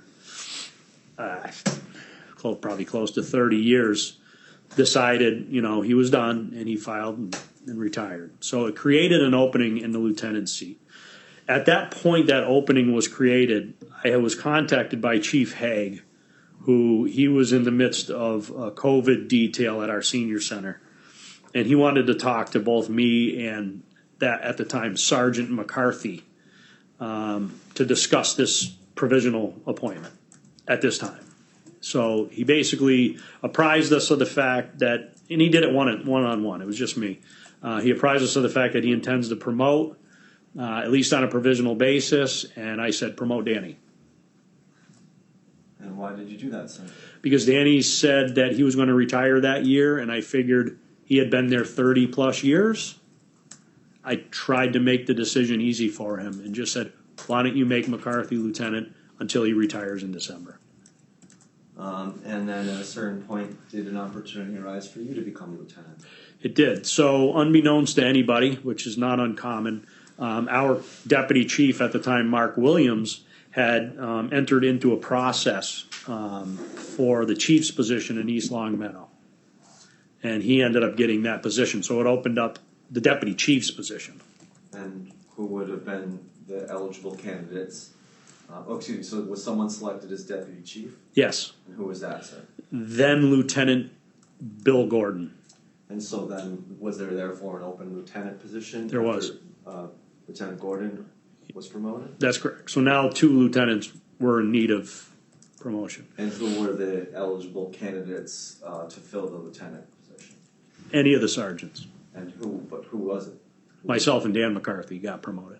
For the 2 spots? That's right. Do you recall if there was really any other possible person eligible to move into those positions? In talking with the chief, he said, I'm only going to consider you and Danny. Was anyone else of the time and grade or the credentials, the history with the department that you and then Sergeant McCarthy had? Technically, yes. I mean, every one of the sergeants qualified for it. Was anyone senior to you? No. Okay. Was anyone senior to Sergeant McCarthy? There's nobody in the building that's senior to him, even to this day. Yeah. So you said that the sergeant's pay back in 2016, to get it right, was around $80,000? I believe so. Do you know what the corporal's pay was? So when I was promoted to corporal in 2006, I'm sure it was significantly less. What they did was they gave me 90% of the first step sergeant. Pardon me, I might have misguided you. In 2016, do you know what it was? There was no corporal. Okay. Excuse me, did I say that? I meant to You say did. patrol officer. Yeah, patrol, I don't. I don't know. I'd say probably 60,000. Okay. And sir, moving on, there's been some testimony, and you talked about, I think, being treated fairly. And there's been some testimony about Detective Clark and his issues. Do you recall that testimony? I do. Have you been in the department the whole time that those issues arose from around 2013 through 2016, 17? Of course. And did you yourself observe issues with respect to Detective Clark and the use of alcohol while on duty? I did. How so? Well, when I say I observed, I was present for the conversations that they suspect he's intoxicated. Conversations between who, sir? Well, it mostly circled around the detective. So Detective Clark was in a detective bureau. There's a particular hallway in our station that is, we label the detective bureau. That's where all the detectives' offices are. And oftentimes they would come out and suspect he may or may not be under the influence, meaning he's talking more than usual, he's acting strange. So I heard a significant amount of rumors of him potentially drinking. And that's because you were a sergeant? That's right. And are you aware of whether or not that information also reached the chief's office? Yes. What do you recall? Well, I mean, there's a lot to it. So I was advised by one of the detectives one day that they believe Todd Clark is drinking. I reached out to Todd Clark and said, I was coming into the station in my cruiser and said, come outside. And I had a ride with him and told him that he needs to cease and desist. I'll give him any help I can give him. He said, it's not a problem. It's not like that. He didn't deny it, but he didn't admit to being ever drunk on duty. But I afforded him any option I could give him. And he said, don't worry about it. It's over. Would that include EAP? I specifically said, you can utilize the department's EAP program. Anything I can do to assist. Todd Clark and I at one time were very close friends. And just for the record, is EAP Employee Assistance Program? That's what it is. Did you share this information with the chief, Chief Hay? Eventually. And did you believe he already knew it, or did you know if he knew it? Well, I mean, he said I have also addressed that with him. So this would be in advance of, prior to the courtroom incident we heard? Well, yes. So now we come to the courtroom incident. Do you recall the courthouse incident of December 2016? Yes. And were you at all involved in that episode? Unfortunately, yeah. What do you recall, sir? I was present in roll call. And again, a detective at the time, Rick Brook, we talked about him. He was our school resource officer. He approached me in roll call and said, I'm pretty sure Clark is drunk right now. When roll call was over, myself and Chris Rowell had to meet with Chief Haig on, I believe, on some union business. And at the outset of that conversation, I passed on that information. So in the previous conversation with Clark, I said, if this happens again, I have to push it up the channels. So I did what I said to Clark that I had to do. So when I sat with the chief on that particular date, I said, I believe Todd's intoxicated right now. According to one of his co-detectives, he's drunk right now. And then we learned he's about to testify in grand jury. In a courthouse? Yes. In Greenfield? In Greenfield. Superior Court? Yes. And would he be armed in that occasion? Yes. And how would he get to the courthouse? He'd either drive in a department vehicle or be driven in a department. I don't know how he got there. So what happened next? The chief left, said he'll deal with it. Okay. Did you go with him? No. Did you observe anything later that day? I did. What was that, sir? I observed a package on one of the chief's desks that at that point I believed was an alcoholic beverage. What was that, sir? Vodka. What was it, a bottle? Yeah. In a bag. Did the chief say anything about it? No. Did you ever ask the chief anything about it? I did, and he said I'm not going to talk about it. Okay. Which is fine.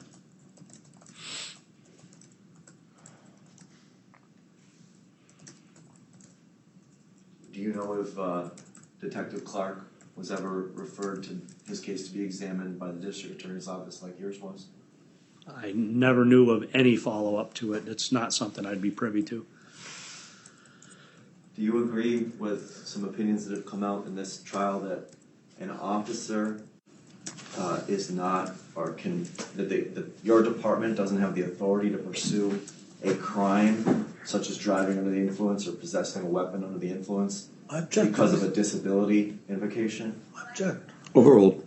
Do you agree with that opinion? Our department can pursue any criminal activity, regardless of who you are. Can it do both? Of course. Sir, there's been some testimony about Detective McCarthy, Sergeant, now Lieutenant McCarthy, and an incident involving Mr. Max Hamill, a citizen of Greenfield. Do you recall that testimony? I do. Were you at all involved in that altercation? Unfortunately, yes. Could you tell the jury how you first became involved? I was actually the watch commander, the sergeant of day shift, the patrol sergeant of day shift. Dan McCarthy would actually work those same hours, but in a plainclothes capacity as the detective sergeant. And unbeknownst to anybody, he went to Congress Street and initiated conversation with this Max Hamill. I didn't know anything about it. All I know is the police department received a call from either Max Hamill or one of his friends or associates who was there, and they're requesting police to respond. And in dispatching me, because they said they wanted a supervisor, Dan McCarthy came over the radio and says, "I'm here." It was kind of confusing as to why we needed another supervisor until I showed up, and then I realized why. What did you realize? They were calling about him. So the Max Hamill group was calling for support from Sergeant McCarthy. When you say group, how many people are we talking about? There was, I want to say, I don't remember exactly, but I want to say there was about a half a dozen there. I remember there was a lady there recording it with her phone. There was Max. There was arguably maybe his sister or current girlfriend. And then the owners of a house that Sergeant McCarthy had actually knocked on a door to, that I guess Max didn't even live at. He was in their backyard.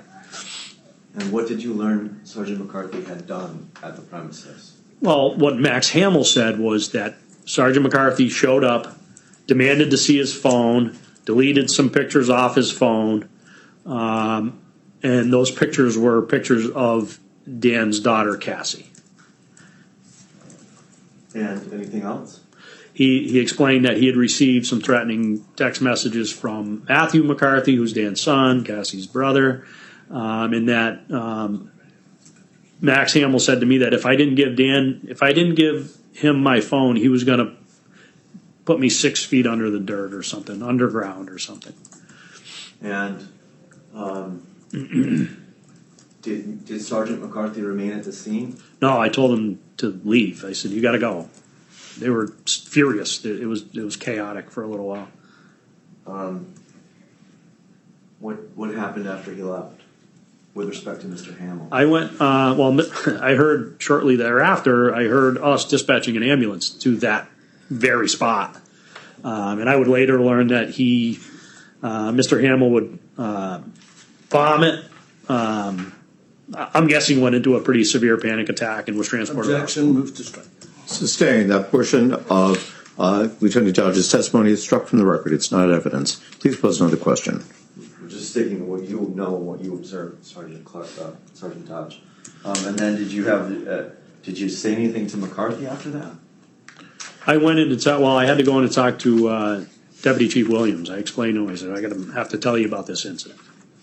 What did you tell him? Same thing you said. The same thing. I said, "I don't really know because I wasn't there too long."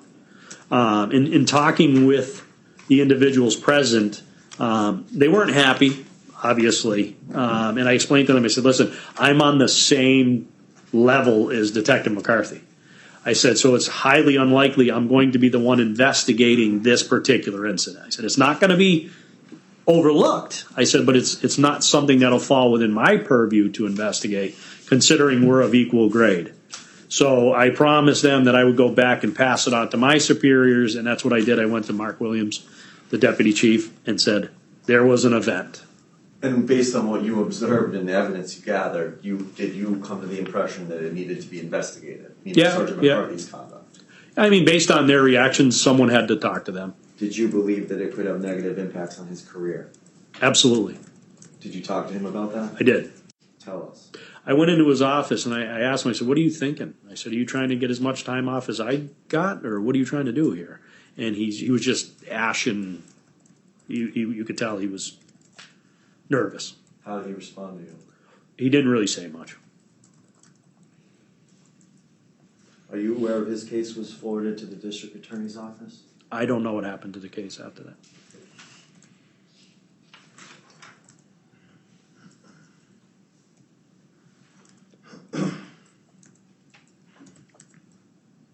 In the opening statement, it was suggested that you may be involved in this lawsuit out of personal gain.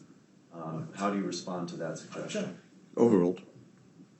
Well, I mean, for personal gain, Maybe I think it was a suggestion that you wanted to be chief. no. And, sir, did you gain anything out of this whole process? I've lost a lot Why did you stick up for Pat Buchanan then? because it had to be done. Why do you say that, sir? The actions taken against him were egregious, unfair, extreme, and someone needed to stick up for him. Was it your impression that those actions violated the law? Yes. Civil service laws? I don't know that I don't know any civil service laws were violated. Specifically finding a loophole around a circumstance. Well, yes. Was it your opinion that those actions violated the civil service laws? To try to work around civil service would be illegal. And also earlier, making decisions based on a racially motivated basis. Do you believe that is that part of the reason why you did what you did? Yes. And did you believe that to be a violation of the law as well, sir? Of course.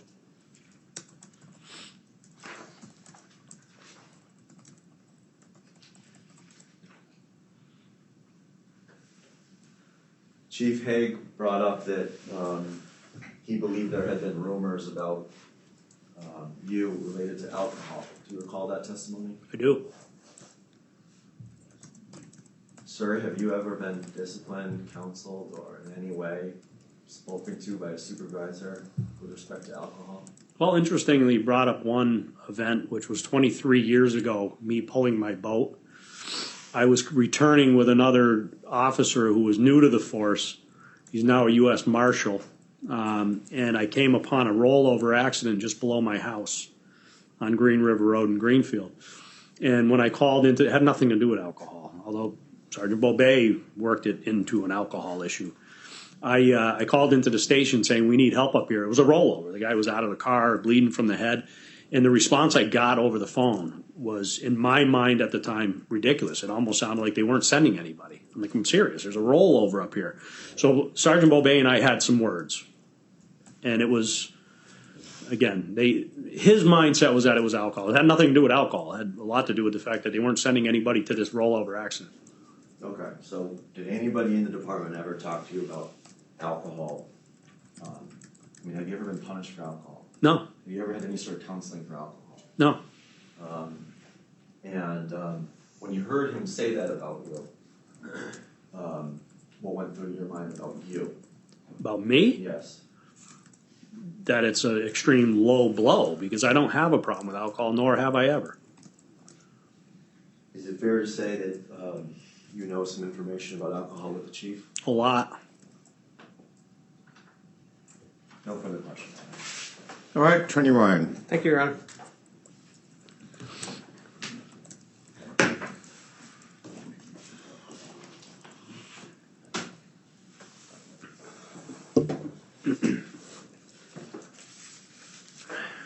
Just following up, there's also something about you in a restaurant that the chief talked about.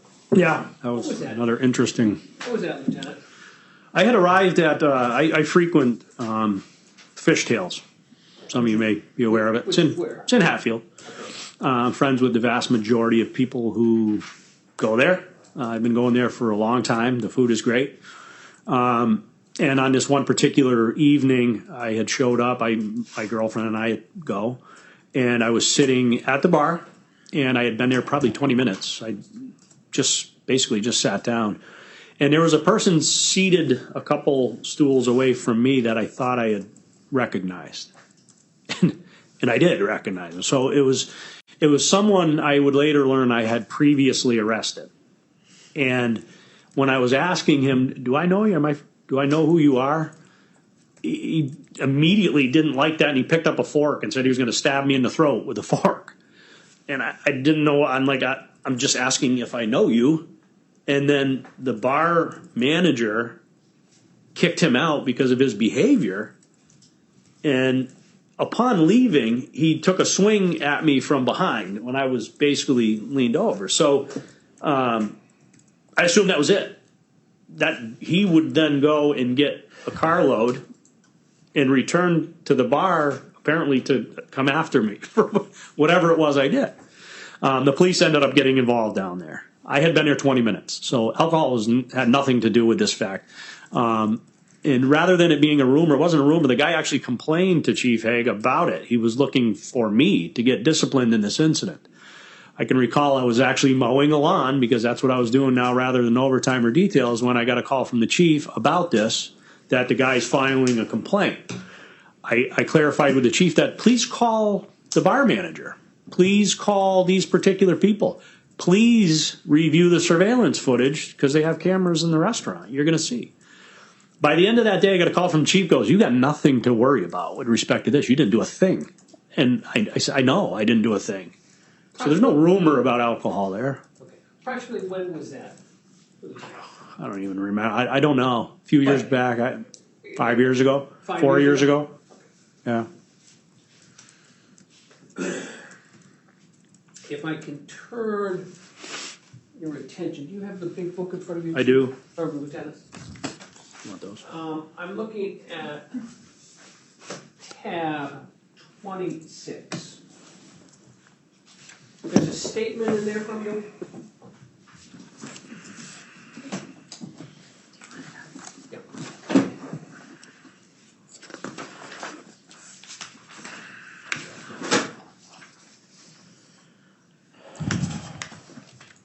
Do you see the 3-page statement in there from you?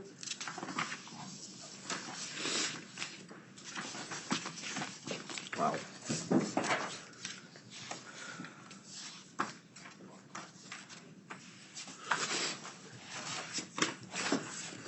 Is it within? Perhaps you can show it to the witness. There are multiple pages. Absolutely, Your Honor.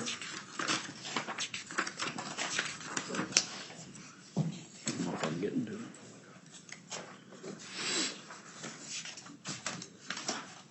Oh, gotcha. Okay. Do you recognize that as a written statement from you? Yes. Down about. How many pages in is that? 15, Glenn? Guesstimate? And it's on the Greenfield, Mass letterhead. Greenfield Police Department letterhead. 26? 26? Oh, I don't see a number on my book. I apologize. It's tab 26. It's tab 26, yes. Oh, yeah, I apologize. Yes, I'm sorry. Thank you. Here we go.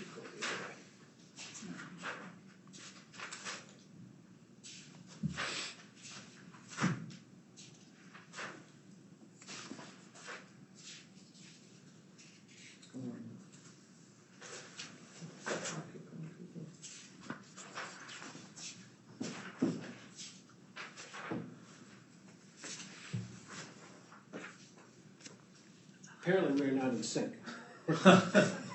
None of us. What's on the screen, or what's in the book, Your Honor, is not on the screen. This is a statement you prepared. This? Yes, it's the pages. Yes. Okay. Thanks. This is a statement you prepared, Lieutenant? Yes. Okay. And dated September 14, 2016? Yes. And did you prepare the statement on your own, or were you requested to do so? Deputy Chief Williams requested that I put something in writing. Okay. And did you attempt to be as detailed as possible? Absolutely. Was it important to be as detailed as possible? Absolutely.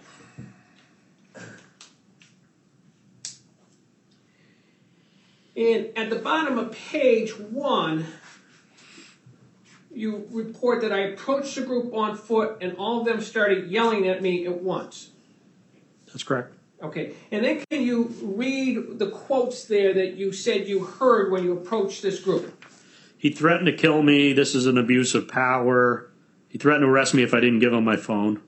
Okay, and this was from the group? Yes. Okay, and was it from any particular one in the group? That was, I believe, them were from Max Hamill. Okay. Then if we turn to page 2, there's a large paragraph that begins, I spoke with Max Hamill. Yes, sir.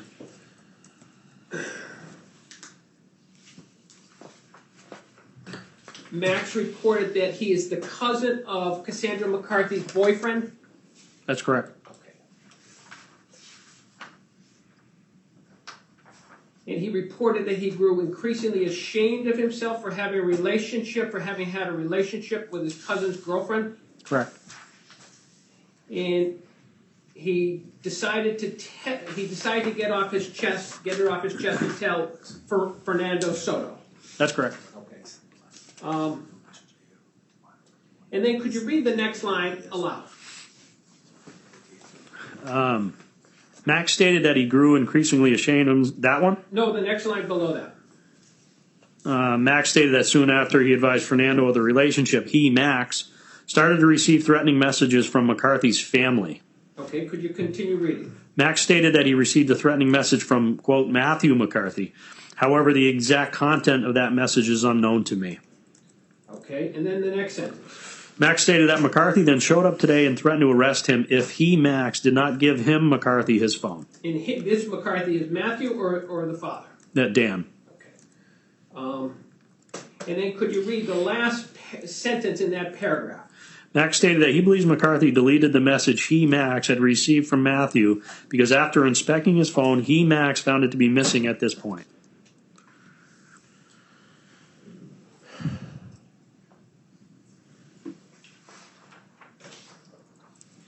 Page 3 at the top refers to a Cassandra Walker. Yes. Okay. And she was the person who was filming it on her phone? That's correct. Can you read aloud the third paragraph on this document? While explaining this to the group, particularly Max, Max walked to the front of his vehicle, knelt down, and started to vomit. I inquired as to whether or not he was in need of medical attention, and he refused at this point. I explained to him that I could very easily summon an ambulance, and again he refused. I spoke with Lindsay and asked if she felt comfortable caring for him at this point. She answered in the affirmative and added that Max has a severe anxiety disorder, and this interaction has triggered it. And then the second to the bottom paragraph, could you read that? After clearing the scene, I returned to the police station and verbally relayed this information to Detective Chief Mark Williams, who asked that I complete and provide him with a written statement. And was that the end of your interaction with respect to this incident? Yeah.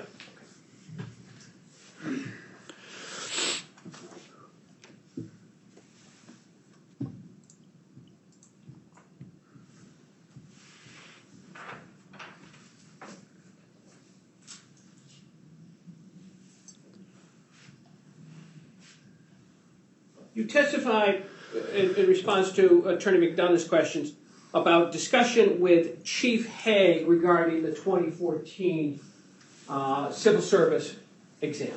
Yes. Okay. And this was a promotional exam? There were results of a promotional exam that were out? Yes. Okay.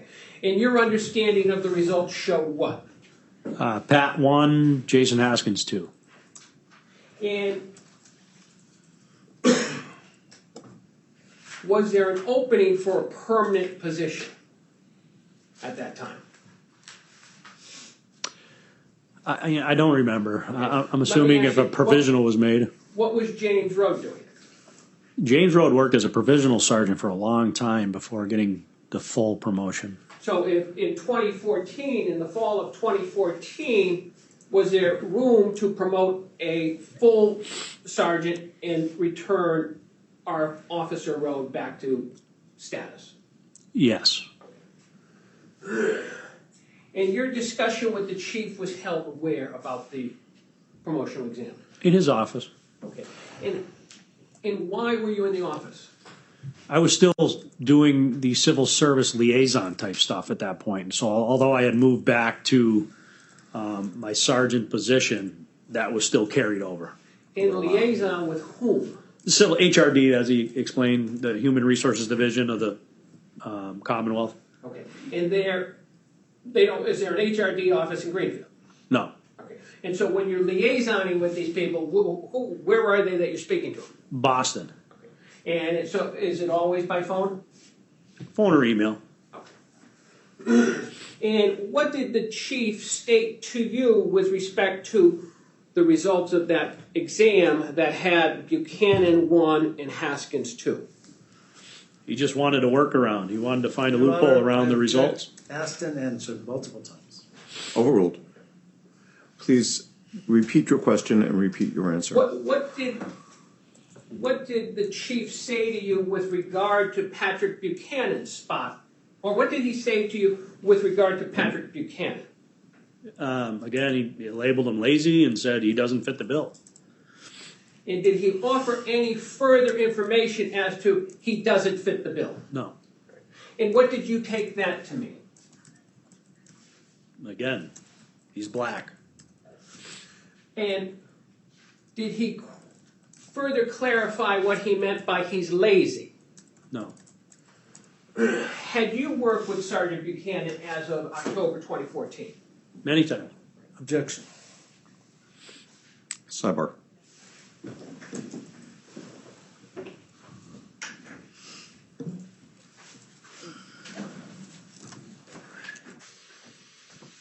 Five more minutes, ladies and gentlemen. We're getting there. Yes. You cut me off, Your Honor, in the cross-examination of Buchanan because you said we covered the topic. I was trying to finish it up because you didn't want me to ask it again because of time. These questions are coming from Attorney Ryan. May I finish? Sure. You're allowing them to have as much time as they like to go over the same grounds. The only reason you cut me off is you said Charles Ryan's wrong, you said. So I'm not going to let you ask, and I had a whole plan of how to wrap up. You wouldn't let me do it based on time. And now it appears to be okay that the plaintiffs can go over the same grounds. Well, I disagree with that.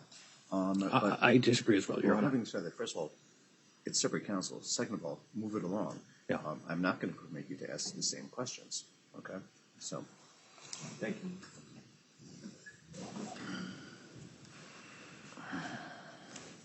Please pose another question. Thank you, Your Honor.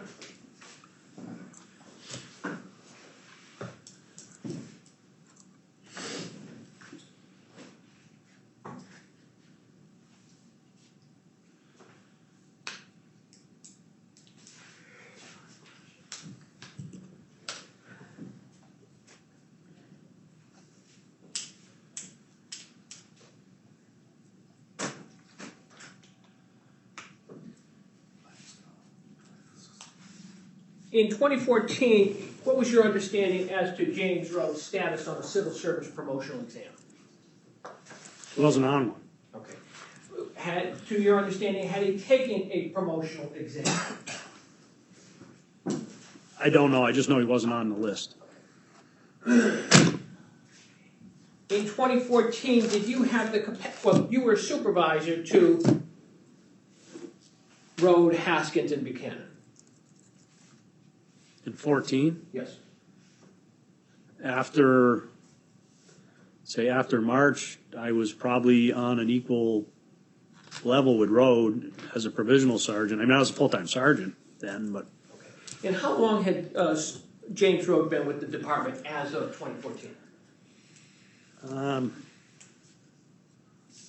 Maybe 12 years, maybe, something to that effect.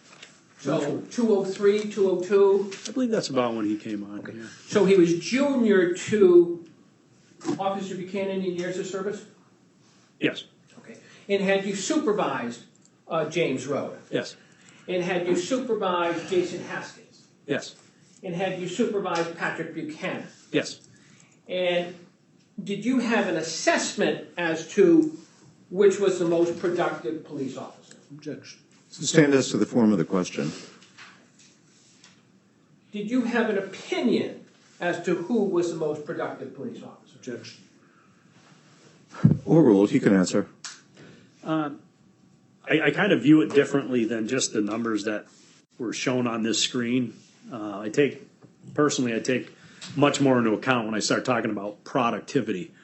I believe at that point in time, if you just took those raw numbers that have been displayed many times up here, my guess would be that James Rowe probably was off the charts in most areas. James Rowe, for a period of time, was our traffic enforcement officer. His job was to go write citations. So there's more things that come into that. Jason Haskins was sort of run of the mill. I don't remember him ever really hitting any land speed records with respect of anything. Pat Buchanan was a very analytical type cop where he dove deep into the cases that he dealt with. He took a lot of pride in the work that he actually was working on. So,